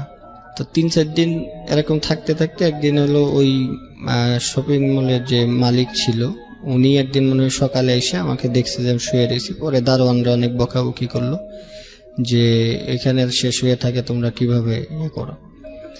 তো দারোয়ানও হয়তো তখন আমাকে একটা বাড়ি মারছে, মাইরা বাইর করে দিছে যে তোর যাতে মার্কেটের আশপাশে আর না দেখি। তো তখন আমার ওই যে ড্রেস কোড কিন্তু একটা ছিল, একটা গেঞ্জি আর ট্রাউজার ছিল আমার, ওইটাই থাকতো। হ্যাঁ, গোসল টোসল করতেন কোথায়? গোসল করতাম তখন আমার একটা গামছা কিনছিলাম, আর ওই যে ভিতরে এক জামা ওই গোসল করেই ওইটাই ধুয়ে আবার ওইটাই গায়ে দিতাম, ওখানে শুকাইতো, এইভাবে করলাম। তো এইটা ধরা খাওয়ার পরে আমার আর ওই মার্কেটে দেখলে দারোয়ানরা তখন আর আশপাশে ঢুকতে দিত না। তো তখন হলো যে ছেলে আমরা বেছে, ওর কাছে হইলো যে এরকম এরকম, আমি তো কি করব। তো বললো যে তুই আমরা বেচতে পারলে তুই, আমার এক বড় ভাই আছে এখানে, চল তার কাছে তোরে লই যাই, উনি আমাকে টাকা তো নাই, কই বিক্রি টিক্রি করলে টাকা উনি সব দিবে, আমরাও নিয়ে দিবে। তো ওনার কাছে যখন ও নিয়ে গেল, তো কইতেছে কাজ তো করবি নাকি চলে যাবি? না ভাই, কাজ করব, আমি খুব ক্ষুধা লাগছে, আমি খাইটাই নাই। তোরে খাবার টাবার দেবে, একটা কাজ করতে হবে, আমার কাছে কিছু জিনিস আছে, এটা এক জায়গায় রেখে আসতে হবে। আমি কই ঠিক আছে ভাই, আমি রাখবো, আগে আমি খুব ক্ষুধার্ত, আমি খাই নাই, মানে একটু যদি খাইতে দেন। তো উনি আমাকে একটা হোটেলও ভিতরে নিয়ে গিয়ে আমাকে খাওয়াইলো। খাওয়ানোর পরে আমাদের হাতে কি একটা টুপলা জাতীয় জিনিস দিল, সেইটা আমরা 2 জন মিলে কামরাঙ্গের চর নাম বুঝে অমুক জায়গায় এরকম ওখানে গিয়ে দেখলাম যে ওইটা যখন দিলাম সেই জায়গায় দেখি যে ওই মহিলারা বিড়ি টিড়ি খায়। এটা দেখে তো আমার খুব, আমি গ্রাম থেকে আসছি, মহিলারা বিড়ি খায়, আমার কাছে এটা যেন একটু কেমন মনে হলো যে এটা তাহলে কেমন জায়গা। তো ওদের কাছে দিয়ে আসার পর ওরা আমার ওই, সে তো তখন আমার বন্ধুই হয়ে গেছে। পরে বললাম কিরে এটা কি? ওরা বললো এইটা তো জানার দরকার নেই, চল আমাদের টাকা দিব, আমরা গিয়ে টাকা নিই। তো সারা রাস্তা ভাবতে ভাবতে আসলাম এটা কি দিলাম, আর মহিলারা বিড়ি খাচ্ছে, এটা আমার একটা খুব কৌতূহল, তাহলে মনে হয় জায়গাটা ভালো না। তো পরে এসে আমি ওদের জিজ্ঞেস করলাম যে এটা মনে হয় খারাপ কিছু দিছে। খারাপ হোক আর ভালো হোক তোর বোঝার দরকার নাই, চল টাকা দেবো। তো উনি আসার পরে আমাদের 2 জনকে 20-20 টাকা করে দিল। তো পরে ওরে আমি বললাম যে আমি আর এনার কাছে কাজ টাজ করবো না, আমি নিজেই আমরা কিনে এনে যদি বেচবো। আমরা কিনে এনে তুমি বেচতে পারবো না, এটা ওদের একটা সিন্ডিকেট আছে। আমি যদি কিনে আনি সমস্যা কি? দেখো তুমি বেচতে পারো কিনা। তো তার সাথে আমি বললাম দেখি আমি পারি কি পারি না। তাই আমরা কিনে নিয়ে এসে ওখানে বিক্রি করার জন্য চেষ্টা করলাম। তো দেখলাম যে পোলাপান দিয়ে আমরা টামরা সব ফেলে টেলে দিল, ভেঙে টেঙে ফেললো। তো ঢাকা শহরে যেখানেই হোক, একটা যদি কেউ ভিক্ষাও করতে যায় বা এটা, তাদের কিন্তু একটা সিন্ডিকেট থাকে। তো আচ্ছা, যাক, উনি আমাকে চড় থাপ্পড় মেরে ওই জায়গার থেকে, যে এই এরিয়ার মধ্যে, নিউ মার্কেটের মধ্যে যাতে তোর আমি আর না দেখি। তো যাক, ওখানে আর আমার থাকা হলো না। ওখান থেকে আমি করে দেখি যে অন্য জায়গায় চলে যাব। তখন যে হাঁটতে হাঁটতে কোথায় গেছি, গিয়ে দেখি যে ওই সে আবার কমলাপুর স্টেশন। তো কমলাপুর স্টেশনে পরে ওই জায়গায় ওই যে টিএনটি মাঠগুলো আছে, ওখান থেকে হাঁটতেছি কাঁচা বাজারের সামনে। তখন তো আসলে নিরুদ্দেশ, যেদিকে যায় হাঁটতে হাঁটতে যেদিক মন চায় সেদিকে চলে যাব। তো ওখানে গিয়ে ওই জায়গায় তো অনেকগুলো আবাসিক হোটেল আছে। তখন আমি বললাম যে হোটেলে যে একটা কাজের সুযোগ থাকে, এইটা তো আমার একটু অভিজ্ঞতা আছে, কারণ আমি আগে একটা করেছি। তো ওখানে হোটেল আল বেলাল নামে একটা হোটেল আছে, একদম টিএনটি মাঠের সামনে। তো ওখানে গিয়ে আমি বললাম ম্যানেজারে যে ভাই, আমার কি কাজ দেওয়া যাবে? না, অনেক জায়গায় ঘোরাঘুরির পরে, ওখানে 7-8টা হোটেল ঘোরার পরে হোটেল আল বেলাল মানে মালিকটা বসা ছিল সন্ধ্যার পরে। তা আমি যাওয়ার পরে তো আমার পোশাক পরিচ্ছদ তো বেশি একটা ভালো না। তো বললো যে আমি কয় লেখাপড়া জানো? আমি কিছু জানি। তো উনি একটা ছোট দিল যে এটা পড়ো। তো পড়লাম। আচ্ছা ঠিক আছে, তুমি তো এখানে তো হোটেলে তো কাজের টাকা বেশি না। আর স্যার, আমার শুধু থাকা খাওয়া হইলেই হবে, আমার টাকা লাগবে না। তো উনি বললো যে ওরা একটা কাজ করো, ওর তো আছে, লেখাপড়া কম বেশি জানে, ওরা আমাদের অফিসে পিয়ন হিসেবে রাখো। তো পিয়ন হিসেবে রাখলাম। তো প্রতিদিনই ওই একটা ড্রেস পরি, রুমের মধ্যে ওইটাই ধুই, ওইটাই গায়ে দিতে। মালিক করে যে কি তোমার ড্রেস নেই? বললাম যে না, আমার ড্রেস নেই। তো যাই, ওখানে ওই যে অনেক দিন কাজ করেছি, অনেক গেস্ট আসতো, তাদের মানে মন জোগায় চলতাম। তো অনেকেই কম বেশি সহযোগিতা করতো। ইন দ্য মিন টাইম বাড়ির সঙ্গে কোনো যোগাযোগ নেই? না, এর মধ্যে বাড়ির ইচ্ছাও হয়নি বাড়িতে যাওয়ার? তখন আমি ইচ্ছা বলতে কি, আমার সারা দিনেই খুব কষ্ট, খাওয়া দাওয়া থাকা। যখন ওগুলো নিউ মার্কেটে ছিলাম, ওই যে এর ভিতরে, তখন প্রচুর মশা, এমনিতেই ড্রেস নাই। আর যে মশার মানে সারা সকালবেলা উঠে দেখতাম যে প্রচন্ড গা হাত পা জলে, মশায় এই পরিমাণ করছে। আর নিচে তো খুব অন্ধকার ছিল। তখন তো আমি ওখানে পলাই থাকতাম আর কি, শুধু একটু ঘুমানোর জন্য। বাইরে ঘুমাইলো, ওই যে বাইর করে দেয়, এটা বাইর করে দেয়, বৃষ্টি হয়। তো মনে হয়নি যে এই যন্ত্রণা সহ্য করার চাইতে অন্তত বাড়িতে গিয়ে তো একটু ঘুমাইতে পারবো? ওই যে একটা জিদ ছিল যে বাবা মা তখন করে নাই, আমার কপালে মনে হয় এই কষ্টটাই লেখা আছে। আর বাসার কথা যে ভাববো, ওই যে বাইর হয়ে চলে আসার পরে মানে সারাদিন দৈনন্দিন কষ্টের কথাই বলতে পারি না। আর পিছন নিয়ে মানে একটু পরে আমার প্রচন্ড ক্ষুধা, আমি এই খাবারের সন্ধানে ঘুরতেছি, পরে কি করতে হবে এই চিন্তা অনেক পরে। মানে 1 ঘন্টা পরে আমার লাইফে কি হবে সেটা নিয়ে আমি চিন্তিত, সুতরাং ওইখানে আর বাড়ি নিয়ে চিন্তা তখন এই ধরনের কোনো চিন্তা ভাবনা নাই। তখন মনে হতো যে কোথাও একটা জায়গায় করব। তো ওখানে চাকরি করার পরে ওই খাবার দাবার, কিন্তু আবাসিক হোটেলগুলোতে খাবারের কোনো সিস্টেম থাকে না। তো যখন ম্যানেজার ছিল, তুমি কি খাওয়া দাওয়া করো না?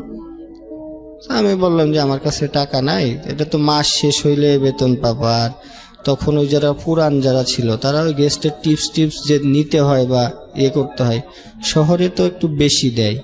তো বেশি দিলে খাবার থেকে, আমি তো ওই টাকাটা শুধু জমাইতাম। সন্ধ্যার পরে হিসাব করতাম যে একবারে খাইলে যাতে আমার কালকে খাইতে না হয়। তো রাত্রেবেলা আমি একবারে খাবার খাইতাম। আর সারাদিনেও তখন আমার ইনকামও বেশি হতো না। যারা পুরান ছিল ওরা টিপস বেশি পাইতো, ওরা চাইতো। আমি কখনো কারো কাছে ওইভাবে চেতে পারতাম না, কেমন যেন একটু ভেতরে লাগতো। আর অভিজ্ঞতাও ছিল না। তো প্রতিদিন রাত্রেবেলা একবার খাইতাম, ওই একবার খেয়েই আমি সারাদিন কাটাইতাম। তো কিছু কিছু টাকা আমি জমাইতাম। তখন মনে হলো যে আমার পড়ালেখা করতে হবে। এটা হলো প্রায় 6 মাস চলে গেল। তো আশপাশে যখনই ছুটি পেতাম, রাত্রেবেলা আমার ডিউটি নিতাম সব সময় রাতে। সবাই দিনে ডিউটি করার চেষ্টা করে, আর আমি বলতাম যে আমার ডিউটিটা রাতে দেন।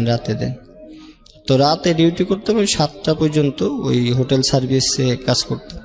সকাল 7টা-8টার পরে সবাই আসার পর আমার ছুটি দিত। তখন আমি এই না ঘুমায়া কি করতাম, যে আশপাশে তখন এই স্কুল খুঁজে বেড়াইতাম যে কোথায় ভর্তি হওয়া যায়। তখন নটরডেম কলেজগুলো ওইগুলো আছে, তো ওই সাইডে আমি ঘুরতাম, তো দেখতাম যে সবার পরিবেশ বা অন্যরকম, সবার কাছে তথ্য নিলাম যে নটরডেম কলেজ তো অনেক টিয়ে ব্যাপার, তো এখানে তো অনেক ডিসিপ্লিন আছে বা নিয়ম শৃঙ্খলা অনেক। তো দেখলাম যে এই জায়গায় তো তাইলে আমার হবে না, তো নর্মাল স্কুল কলেজ আমি খুঁজে তখন এইভাবে চিনি না। আমার বিজয়নগর, শান্তিনগর থেকে শুরু করে অনেক রাস্তা, ঢাকাতে অনেক বেশি রাস্তা আমার হাঁটা ভিতরে আছে, অনেক অলিগলি আমি হেঁটেই পার করেছি। আর তখন চেনার বা জানার কোনো যে এইদিকে যায় যে স্কুল পাবো সেই ঠিকানার এমনও জায়গা গেছে যে ওখানে গেছি গিয়ে আর চিনে আসতে পারতেছি না, মানে যেদিকে দু চোখ যায় শুধু হাঁটছে, যায় শুধু খুঁজি যে স্কুল ড্রেস পরা থাকলে তাদের পিছন এরা কোথায় যায় কিসে পড়ে এই অনুসরণ করতে আমি করতাম। তখন কি আপনি ইন্টার ফার্স্ট ইয়ারে ভর্তি হওয়ার জন্য? হ্যাঁ, ইন্টার ফার্স্ট ইয়ার। ওকে। তো ওখানে একটা কলেজের তথ্য নিলাম যে কেমন লাগে এরকম। আমি তখন 2700 টাকা মতো ভর্তিতে লাগবে। আমি ওখান থেকে এই 2700 টাকা জমানো আমার একটা তখন উদ্দেশ্য হয়ে গেল যে ভর্তি হইতে হলে তো আমার টাকা তো জোগাড় করতে হবে। তো আমি খেয়ে না খেয়ে সবার কাছ থেকে অনুরোধ করে টিপস নিয়ে ওই টাকা আমি 2900 টাকা মতো ওখানে এক ভাই ছিল তার কাছে আমি জমা রাখতাম ওই হোটেলে। তো ভর্তি কনফার্ম করছি আমি হলো ঢাকা কমার্শিয়াল কলেজ ধানমন্ডি এই জায়গায়। ওকে। এই চতুর সাইড ঘুরে আমি এখানেই দেখছি একটা কম, আবার ওই স্কুলটা দেখলাম যে একটা বাগান টাকার মতো, তো সরকারি, তাইলে তো অনেক সুযোগ সুবিধা পাবো। তো তখন আমি কমার্সের ব্যাকগ্রাউন্ডে ছিলাম, আবার ওইটা কমার্শিয়াল কলেজ ছিল। তো ওখানে গিয়ে তথ্য নিলাম যে 2700 টাকা লাগবে। আমি খুব খুশি যে এই টাকা তো আমার কাছে আছে, আমি এখানে ভর্তি হইতে পারবো। তো স্কুলটা তত জাঁকজমক, কলেজটা তত জাঁকজমক দেখলাম না, বললাম যে তাইলে মনে হয় এখানে আমার একটু সুযোগ হবে। তো দারোয়ানের কাছ থেকে আমি সব তথ্য নিলাম কেমনে কি করণ যায়। তো ফর্মও আমি কিনে নিয়ে গেলাম, গিয়ে খুব খুশি ওই হোটেলে ফেরত গেলাম। ভর্তি ফর্ম? হ্যাঁ, ভর্তি ফর্ম নিয়ে গেলাম। তো ওখানে খুব আনন্দ লাগে যে আমি ভর্তি হব। ভর্তি হয়ে ওখানে যাওয়ার পরে সেই যে ভাইয়ের কাছ থেকে আমি টাকাটা জমা রাখছিলাম, গিয়ে দেখি উনি ওখান থেকে টাকা পয়সা নিয়ে চলে গেছে চাকরি বাকরি ছেড়ে। তো ওই ভাইয়ের অনেক খুঁজে বেড়াইছি যে ভাই আমার টাকাটা লাগবে। ম্যানেজারে বললাম যে ভাই এরকম আমি তো ওনার কাছে টাকা রাখছিলাম। তো যাক, ওনাকে আমি আর খুঁজে পাই নাই। তো সেইবারও আমার আর টাকার জোগাড় হয় নাই, ওই বছরও আমার ড্রপ আউট আছে। শুধু এইটুকুর জন্য আপনার এই একটা বছর ড্রপ আউট। তো পরে ওই জায়গায় আর ওই ওনার যে জীবন গল্প, প্রিয় শ্রোতা, এটা উনি বলে যাচ্ছেন ধারাবাহিকভাবে, কিন্তু আপনারা যদি অনুভব করতে পারেন একটা রাতের কষ্ট, একটা মোমেন্টের কষ্ট, একটা দিনের কষ্ট, তাহলে ওনার জীবন গল্প দিয়ে একটা সিনেমা বানানো সম্ভব। It's a story, unbelievable story. এই জন্যই আমরা বলি জীবন নাটকের চেয়েও নাটকীয়। যখন টাকাটা নিয়ে গেল তখন আমি অনেক ওই ম্যানেজারকে বললাম যে ভাই এরকম, ওনার কাছ থেকে তো আমি টাকা জমা রাখছি। তো ম্যানেজার বললো দেখো এগুলো তো তোমাদের মতো আসে যায়, ওর হিসাবে চাকরি ছেড়ে চলে গেছে। তো অনেক জায়গায় তার যা পরিচয় ছিল ওই আশপাশে আমি মনে করলাম যে সে হয়তো হোটেলে কাজ করবে। তো অনেক জায়গায় খুঁজলাম, তো পেলাম না। এদিকে ভর্তির সময়ও পার হয়ে গেল।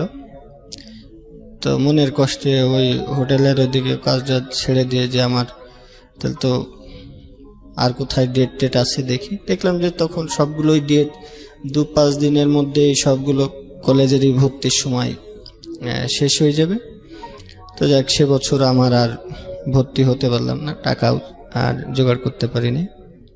পরে আমি ওই জায়গা ছেড়ে আমি চলে গেলাম যে না, এইটাতে 10 টাকা 5 টাকা দিয়ে আমার আসলে হচ্ছে না, আমার টাকাটা জোগাড় করতে হবে। তো 3,000 টাকা 2700 টাকা আমার কাছে একটা চ্যালেঞ্জ মনে হলো।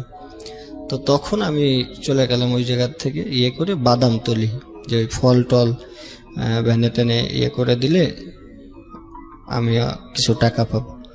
তো বাদামতলি যখন ওই ফলের যে কার্টুনগুলো থাকে, কার্টুনগুলো ভ্যানে টেনে উঠাই দিলে বা একটু বাইরে দিয়ে আসলে, এক কথায় তখন হলো আমি লেবারের যে কাজটা আমি তখন শুরু করলাম।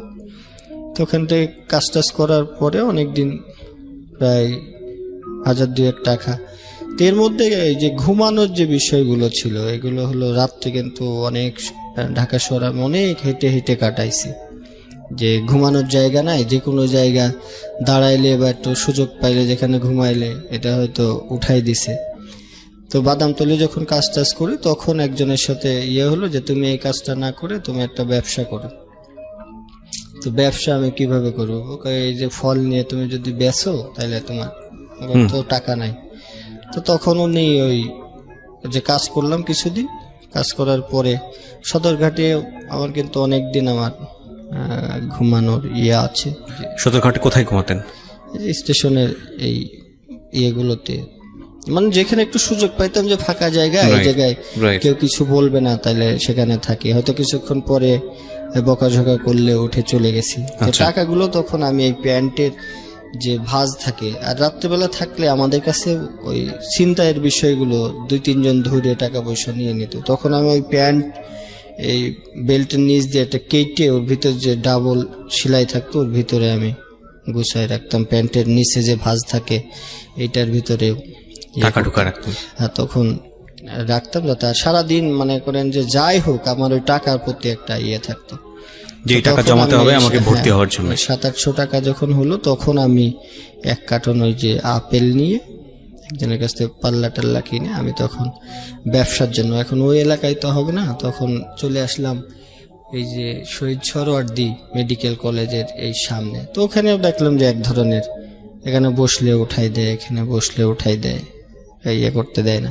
এই জায়গায় চলে আসার উদ্দেশ্য হলো এই যে কলেজটা আমার আশপাশে আছে, আমি যা কিছু করব, যেহেতু এটা ধানমন্ডির ওই যে কমার্শিয়াল কলেজটা, তখন যে এই আশপাশেই আমার একটা অবস্থান করতে হবে, আর প্রতিদিন ওই কলেজের খোঁজ রাখতাম, আবার কবে ফর্ম ছাড়বে এভাবে।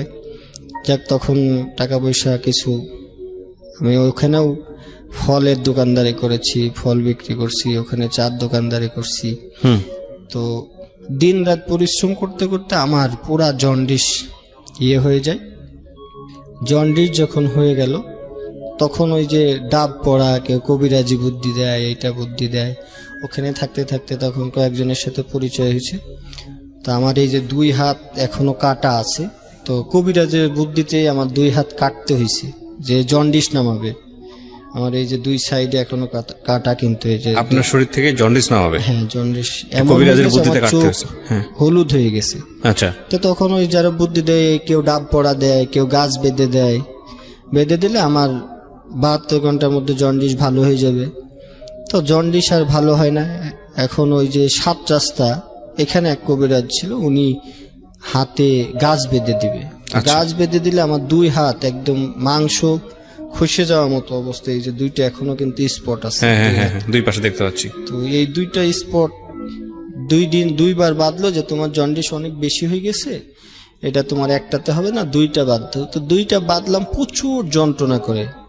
তো তারপরে জন্ডিস ভালো হলো না, তো বললো যে আমার দ্বারা এটা হবে না। তো মোহাম্মদপুর তাজমহল রোডে ওখানে একজন ডাব পড়া দেয়, তার কাছে গেলাম। তো যে যেখানে যাইতে বলে সেখানেই আমি যাই, আমার জন্ডিস আর ভালো হয় না। তো তখন হলো, কারণ সারা রাত ওই যে দোকানদারি করতাম, দিনে ফল বেচতাম, এই খাওয়া দাওয়ার ঠিক নাই, ঘুমানোর ঠিক নাই, তো এইটার কারণেই মূলত আমার জন্ডিসটা হয়ে গেছে। তারপর আমার লক্ষ্য ছিল যে আমার ওই 3000 টাকা আমাকে জোগাড় করে আমার, আর তখন আমি ওই যে সামনে এই যে মুক্তিযুদ্ধ একটা ছিল, শহীদ সরোয়ার্দীর সামনে মুক্তিযুদ্ধ একটা বিল্ডিং ছিল, এখন এটা ভেঙে অনেক বড় হয়ে গেছে। ওইটার পাশেই আমি কিছুদিন একটা বক্স মতো করে কাঠ দিয়ে একটা বড় 3-4 হাত জায়গা মতো নিয়ে, তো যাই হোক তখন আমার কিছু টাকা হয়েছিল, তো একটা বক্স মতো করে ওই ফল টল যে রাখতাম, আর ওর ভিতরে কাউকে জানাইতে দিতাম না, রাত্রেবেলা চুপ করে ওই বক্সের ভিতরে গিয়ে আমি ঘুমাই থাকতাম। তো এখানে ঝড় বৃষ্টি যাই হোক, উপরে তিরপল দেওয়া আমার, তো ওখানে ফলের ব্যবসা করতাম। তো কিছুদিন ওই যখন একটা দোকান দিলাম তখন ওই জায়গাটা আবার মানুষের নজরে পড়লো, তখন এই দখল নিয়ে নেয়, ও দখল নিয়ে নেয়, মুক্তিযোদ্ধারা এখান থেকে পোলাপান এসে যে দোকানকে চালায়, এটা টাকা দিতে হবে এরকম। তো আমি বললাম যে ভাই এরকম এরকম আমি তো করি না, এখানে দোকান করতে হলে টাকা দিতে হবে। তখন একটা নির্ধারিত ছিল যে এই টাকাটা, তাও আমি দিয়েছি। তো কিছুদিন পরে ওইগুলো পুলিশে ভেঙে টেঙে দিল। তা আমার সব চালানটা যেটা গুছাইছিলাম তখন ওই দোকানটার মধ্যে সব ছিল। তো পুলিশে ভেঙে দিল, ফল টল ওখান থেকে নিয়ে চলে গেল। তখন আবার আমি শূন্য হয়ে গেলাম। তো তখন জীবনের গতিপথটাই যে না, এইভাবে তো আসলে আর মানে তখনও আপনি ইন্টারমিডিয়েটে ভর্তি হতে পারেননি? না, তখন তো ওই যে টাকা মেরে দেওয়ার পরে তো আমার আর সুযোগ হয় না। এখন এই আশপাশেই রয়েছি। তো ফলের দোকান ওইগুলো যখন ভেঙে দিল তখন আর আমার হলো না, মনটা খুব খারাপ হয়ে গেল যে এখন কি করব। তখন একটা এই যে ফার্ম গেটের এই জায়গায় একটা স্টুডিওতে আমি কাজ নিলাম। তো স্টুডিওতে কাজ নিলে তো উনি আমার বেতন ধরলো তখন 1600 টাকা। তা 1600 টাকা নিজের খাইতে হবে, থাকতে হবে। তো তারপরেও যেহেতু এখন আর পুঁজিপাটটা নাই, তো কি করব। তখন ওই সাইডে খুব কমের মধ্যে একটা ছিট ভাড়া নিলাম। ওই যে গিয়ে দেখলাম যে ওই মালিককে বললাম যে আমার তো থাকার জায়গা নাই, কেমনে কি করব। বললো তুমি এই যে এই এলাকা পানে যাও, এই এলাকায় গেলে সিট ভাড়া পাবা। তো সব সিট ভাড়া দেখি বেশি বেশি বেশি। তো তখন ওই গার্মেন্টসে যেসব ছেলে মেয়েরা থাকে তাদের সাথেই এটা একটা সিট নিলাম। 300 টাকা ভাড়া, জি 300 টাকা না 280 টাকা যেন একটা রুমের সিট ভাড়া। তো ওখানে থাকি, এই জায়গাতে কাজ করি।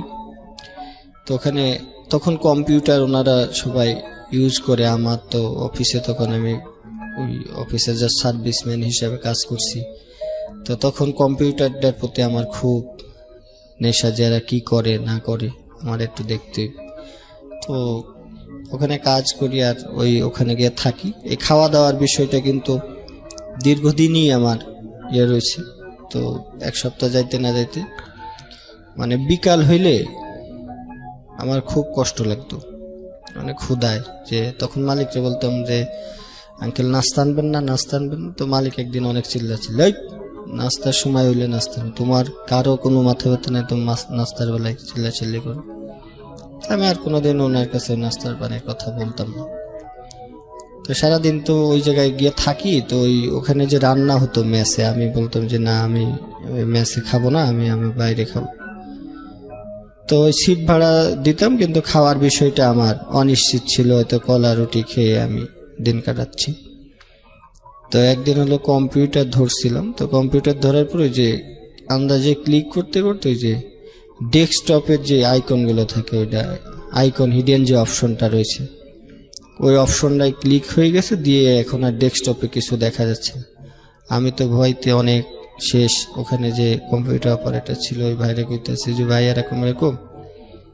আমি তো কম্পিউটারে হাত দিছিলাম, এখন কি যেন কিছু লেখা টেখা নাই। তো উনি একটা সুযোগ নিল, কয়তো তুমি কম্পিউটার তো নষ্ট করে লইছো, সে ভাইরাস ধরছে, তুই হ্যান করছস ত্যান করছস। তা আমি ওনার পা ধরছি যে ভাই আপনি মালিককে বললেন না, আমার চাকরিটা খুব না, এটা তো অনেক ঝামেলা আছে, ভাইরাসে সব খেয়াল হয়েছে, এগুলো আনতে হইলে তো খরচ আছে। ভাই আমি বেতন পাইলে আপনারে আমি সব দিয়ে দিন, কয় টাকা লাগে বলেন। এইটা প্রায় 300 টাকা লাগবে। ভাই আমি বেতন পাইলে, না বেতন পাইলে এখন কালকেই তো এগুলো ঠিক করতে হবে, কাজ করবো কেমনে। তো ওই ফটোশপের আইকন টাইকনগুলো যেগুলো থাকে যে ক্লিক করলে এখন তো বুঝি, তো ওই আইকনগুলো জাস্ট হিডেন রয়েছে, আর একটা রিফ্রেশ দিলে হয়তো চলে আসতো। তখন তার এটা জানতাম না। তো বললো যে তুই আর কোনদিন কম্পিউটার ধরবি? আমি না ভাই ধরবো না, এবার মতো মাফ করে দেন। ঠিক আছে, আমি 300 টাকা দিচ্ছি, দিয়ে এটা ঠিক করে আনতেছি, তুই মালিকের কাছ থেকে টাকা নিয়ে আমার আজকে কালকের মধ্যে। তো মালিকেরকে অনেক রিকোয়েস্ট করে যে আঙ্কেল আমার 300 টাকা লাগবে। তো তুমি কাজ করছো কয়দিন, টাকা তো এইভাবে অ্যাডভান্স দেওয়া যাবে না। তো মালিকও দেয় না। ওনারও বলি যে ভাই আপনি একটু, আমি তো টাকা দিয়ে কম্পিউটার ঠিক করছি। তো উনি যা কি করে আর একজনকে ডাক দিল। এটাই তো বন্ধুরে অন্য কাজের জন্য ডাক দিছে, কিন্তু আমারে বলছে যে এটা ঠিক করার জন্য ডাক দিছে। তো উনি আমার কাছ থেকে 300 টাকা ওই সময়, আমি 17-18 দিন পরে যখন টাকা পাই ওনাকে দিছি। দেওয়ার পরে আর আমি কোনোদিন কম্পিউটার ধরি নাই। তো তখন আমার মনে হলো যে এই কম্পিউটারটা আমার শিখতে হবে। তো এখন 9টায় আমার ডিউটি হয় ওই স্টুডিওতে। আর এদিকে স্টুডিও উনি মাঝে মাঝে ভিডিও করতে পাঠায়, এইটা করতে পাঠায়। তো ডিউটি ছিল সকাল 9টা থেকে রাত্র 10টা পর্যন্ত দোকান খোলা থাকবে। এরপরেও আমার উনি 10টা 11টা পর্যন্ত আমাকে খাটাইছে। তো খাটানোর পরে তখনও কিছু মনে করি নাই, তখন মনে হতো যে কম্পিউটারটা জানলে ওই যে অপারেটর ভাইয়ের যে বেতন, তখন ওই অপারেটরের বেতন ছিল মানে 2800 টাকা, 2800 বা 3200। আমি যদি শিখতে পারতাম ওই অপারেটরের কত রেসপেক্ট করে মালিক, তার যা বলে তাই শুনে। আর আমার তখন মনের মধ্যে আমার খুব কষ্ট যে কম্পিউটারটা যদি আমি জানতাম, তো ওনার কাছে জানতে চাইতাম যে ভাই এটা কি দিয়ে কাজ করেন, কেমনে করেন। তো উনি এগুলো শিখাইতে যাইতো না, তাই এগুলো বহুত কঠিন কাজ, আমরা এটার ইঞ্জিনিয়ার ইডা সিডা বলে আমাকে দাবায় রাখতো যে এটা করো ওইটা করো। আমরা মূলত অফিসে এখন যেগুলো করি, যে পিয়ন টিয়ন বা যারা সহকারী থাকে তাদেরকে যারা ভালো এক্সপার্ট আছে এরা সহজেই এখনো আমাদের ভিতরে এই কাজগুলো করে, যে সে শিখে গেলে হয়তো আমার কদর কমে যাবে। কিন্তু আসলে আমি জানি না এগুলো কতটুকু সত্য। তো ওনারা যখন কাজ করতো মনে হতো কম্পিউটারটা কি যেন একটা জিনিস, তারা আমাকে ধরতেই দেয় না, আশপাশে আসতেই দেয় না। যদি একদিন কম্পিউটার অনটাও আমাকে করতে বলছে, তা আমার সে খুশি মনে হয় আর পৃথিবীতে কেউ হয়নি, যে আজকে কম্পিউটারটা তো অন্তত আমি অন করতে পারছি। তো তখন করলাম যে ওই ডিউটি শেষে ছুটি, তখন মানুষ যখন খুব বেশি অসহায় হয় তখন সমাজের সব মানুষই সুযোগ নেয়। ওনাদের সপ্তাহে একদিন ছুটি আছে, কিন্তু আমি 30 দিনই আমাকে ডিউটি করতে হয়, 30 দিনই ডিউটি করতে হয়। এরকম 3-4 মাস ওখানে ডিউটি করার পরে আমি কিছু টাকা ওখানে জমানোর পরে যে ওই জায়গাতে আমি আর চাকরি করব না।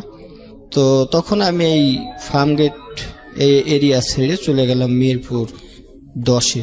মিরপুরে কাজ করার পরে ওখানে আমার কিছু প্রমোশন হলো, যে আমি যেহেতু একটা স্টুডিওতে কাজ করেছি, ওই জায়গায় আমি মিরপুর ডিজিটাল কালার ল্যাব ওইটার নাম।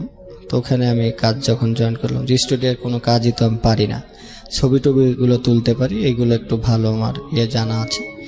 তো ওখান থেকে একটা আসলো যে আমি কম্পিউটারটা, তখন একটা ভাই ছিল যে এরকম, তখন শুধু ছবিটা কাটতে পারলেই হলো আর প্রিন্টটা দিতে পারলে, এইটাই একটা স্টুডিওর বড় একটা প্রসেসিং ছিল। তো আমি এক ভাই ছিল ইঞ্জিনিয়ার ফুজির, ওনাকে আমার কাছে টাকা ছিল তখন 700, ওনাকে আমি দিলাম যে ভাই আপনি আপনার পায়ে পড়ি, আপনি আমার এই কাজটা শিখাই দেন। শিখাই দিলে আমার এখানে আমি যে কয়দিন আসি, দেখো আমি তো থাকবো না, বাইরে চলে যাবো, আমি তোমাকে শিখাই দেবো লালন, তোমার আমি কথা দিচ্ছি। আমাকে ভাই প্লিজ, ঠিক আছে তুমি কাজের সময়, মালিক থাকলে তো ঝামেলা করবে, তখন মালিক যখন না থাকবে, ভাই এটা একদম সহজ কাজ, তুমি শুধু মাউসটা ঘোরানো আগে শিখো, এরপরে আমি বাকিগুলো। তো উনি যাই হোক আমাকে একটু সুযোগ দিল, পরে কম্পিউটারটা উনি আমাকে শিখাইছে ছবি টবি এডিট করা। এরপরেই যাই হোক আমি একটু তখনই হলো সমাজে একটু দাঁড়াইলাম, তখন আমি ওই জায়গায় বেতন পাই। বেতন পাওয়ার পরে যেহেতু আমি এখানে পিয়ন হিসাবে কাজ জয়েন করলাম, তো ওই জায়গায় যেহেতু আমি মর্যাদা পাবো না, হালকা একটু কম্পিউটার যেহেতু শিখছি, তখন আমি ওই জায়গায় শিফট করে আবার চলে গেলাম ওই যে মিরপুর 1-এর ওই সাইডে এশিয়া স্টুডিও নামে এখনো আছে ওইটা, ওখানে আমি কাজ জয়েন করলাম। তখন ওরা আমার বেতন ধরলো 3800 টাকা, একটু প্রমোশন আরও একটা হলো। তো তখন যাক এইভাবে করতে করতে 1 বছর পরে আমি কলেজে ভর্তির আবার সুযোগ আসলো। তখন আমি বাসা ওই সাইডে না নিয়ে, যেহেতু এই ফার্ম গেটে আমি তখন থাকতাম তেজকুনি পাড়াতে, তো তখন আমি ওই ঢাকা কমার্শিয়াল কলেজে ভর্তি হওয়ার সুযোগ পেলাম। সুযোগ পেয়ে এখন ওই মালিক তো সেই আবার ক্লাসে যাওয়ার ঝামেলা জটিলতা তৈরি হয়ে গেল। এদিকে মালিক সকালে যাইতে বলে, আমার ওদিকে কলেজ। আমি তো নিয়ত করলাম যে কলেজে আমি যাবই। তো কলেজে চ্যালেঞ্জ কয়েকদিন করার পরে এই যে অর্থের কাছে আমি আবারও পরাজয়। তখন ওই জায়গায় মালিককে বললাম যে ভাই আমার 2-1 দিন সুযোগ দিতে হবে, আমি একটু কলেজে যাব। তো মালিকটা খুব ভালো ছিল, ঠিক আছে যে 2 দিন ওই 2 দিনই, আর কিন্তু করা যাবে না, লেট করা যাবে না, আমাকে এই 2 দিন দিলেই হবে। তো যাক আমি সপ্তাহে 2 দিন ঢাকা কমার্স কলেজে যেতাম, কমার্শিয়াল কলেজটা ছিল এটা তেজকুনি পাড়াতে, তখন আমি থাকি। তো এখানে থাকার পরে যেটা হতো যে ওখান থেকে যে রাত্রেবেলা পড়বো, এই পড়ার সুযোগ তো, যে হোস্টেলে থাকতাম সবাই, হোস্টেল বলতে একটা বাসা বাড়ি মতো ম্যাচ টাইপের ছিল। তো সেখানে ওই রাত্রেবেলা সবাই গার্মেন্টসে কাজ করে, তো ওরা তো রাতে ঘুমায়, আমি রাত্রেবেলা এসে 10টার পরে পড়ালেখা করলে সবারই বিরক্তি। তো ওখানে আমার হোস্টেল থেকে নোটিশ দিয়ে দেওয়া হলো ওই বাসার যে আন্টি ছিল যে না এখানে থাকা যাবে না, রাত্রেবেলা পড়ালেখা করলে সবাই গার্মেন্টসে কাজ করে, ওরা ভোরবেলা যেতে পারে না। তো ওখান থেকে প্রায় যেই পড়াটা শুরু করলাম তখন আবার এই আবাসন যে স্থানটা ওইটা আমাকে ত্যাগ করতে হলো। একদিন ঝগড়া বিবাদ করে আমাকে ভাঙতি মাসের মধ্যে আমাকে বাইর করে দেয়, যে এখানে তো থাকা যাবে না এই ব্যাপার। উনি ঢাকা শহরে সবাই একটু প্রফেশনাল, তো সেখানেও আবার যেহেতু ঢাকা শহরে ম্যাচ পাওয়া যায়, আমি অন্য জায়গায় ম্যাচ নিলাম, ওই 4-5 দিন পরে জটিলতা। তো তখন চিন্তা করলাম যে বাসার সাথে যেখানে ওই মানে রোডের যে লাইটগুলো জ্বলে এমন একটা বাসা নিব যাতে ওই লাইটের এটা আমি জানলার পাশে যাতে থাকলে, এইটা খুঁজে মনের মতো তো আসলে বাসা পাওয়াও কষ্ট। তো গরমের মধ্যে লেপ বা খাতা একটা গায়ে দিয়ে আমি এরকম আলো করে আমি পড়ালেখা আমি করেছি। তো এই কলেজেও টিচাররা কিন্তু সেই 7-8 যে ঘটনাগুলো এখানেও ক্লাসে যায় না, অপমান অপদস্থ। তো আমি খ শাখায় ছিলাম, আমার রোল ছিল এখানে 90 আর 91 ছিল একটা মেয়ে। তো মেয়েটা একটু পাগলি টাইপের ছিল আর কি, সবাই বলতো। তোর সাথে আমার খুব মিল, ওর কাছ থেকে আমি তথ্য নিতাম, আর এখানে তো যাওয়া হয় নাই। তো যাক, প্রথম পরীক্ষা দ্বিতীয় সময় পরীক্ষা দিয়ে যখন ইন্টারমিডিয়েট ফার্স্ট ইয়ার শেষ হয়ে যাবে, পরীক্ষা দিয়েছি আমি, কিন্তু আমার সব খাতায় দেখাইছে অ্যাবসেন্ট। তো আমি রেজাল্ট নিতে গিয়ে দেখি যে আমি পরীক্ষায় বলে দিই না, আমি টোটাল ফেল। তা আমি সে প্রিন্সিপাল স্যারের কাছে আমি গিয়ে বললাম যে স্যার আমি পরীক্ষা দিছি। কয় না তোমার প্রেজেন্টই তো নাই। আমি স্যার প্রেজেন্ট নাই, ঠিক আছে স্যার আমি কাজ করি এই জন্য স্যার আমি আসতে পারি নাই। তো ওই স্যারটা, এটা আমার মনে হয় ভাগ্যটা অনেকটা ভালো। তো ওই স্যার আমার কোনো কথাবার্তা শুনলো না, যে সব স্যারে কি তোমাকে ফেল দিচ্ছে। আমি কই স্যার দেখেন শুধু একটা সিগনেচার না স্যার, আমি অনেক পড়ে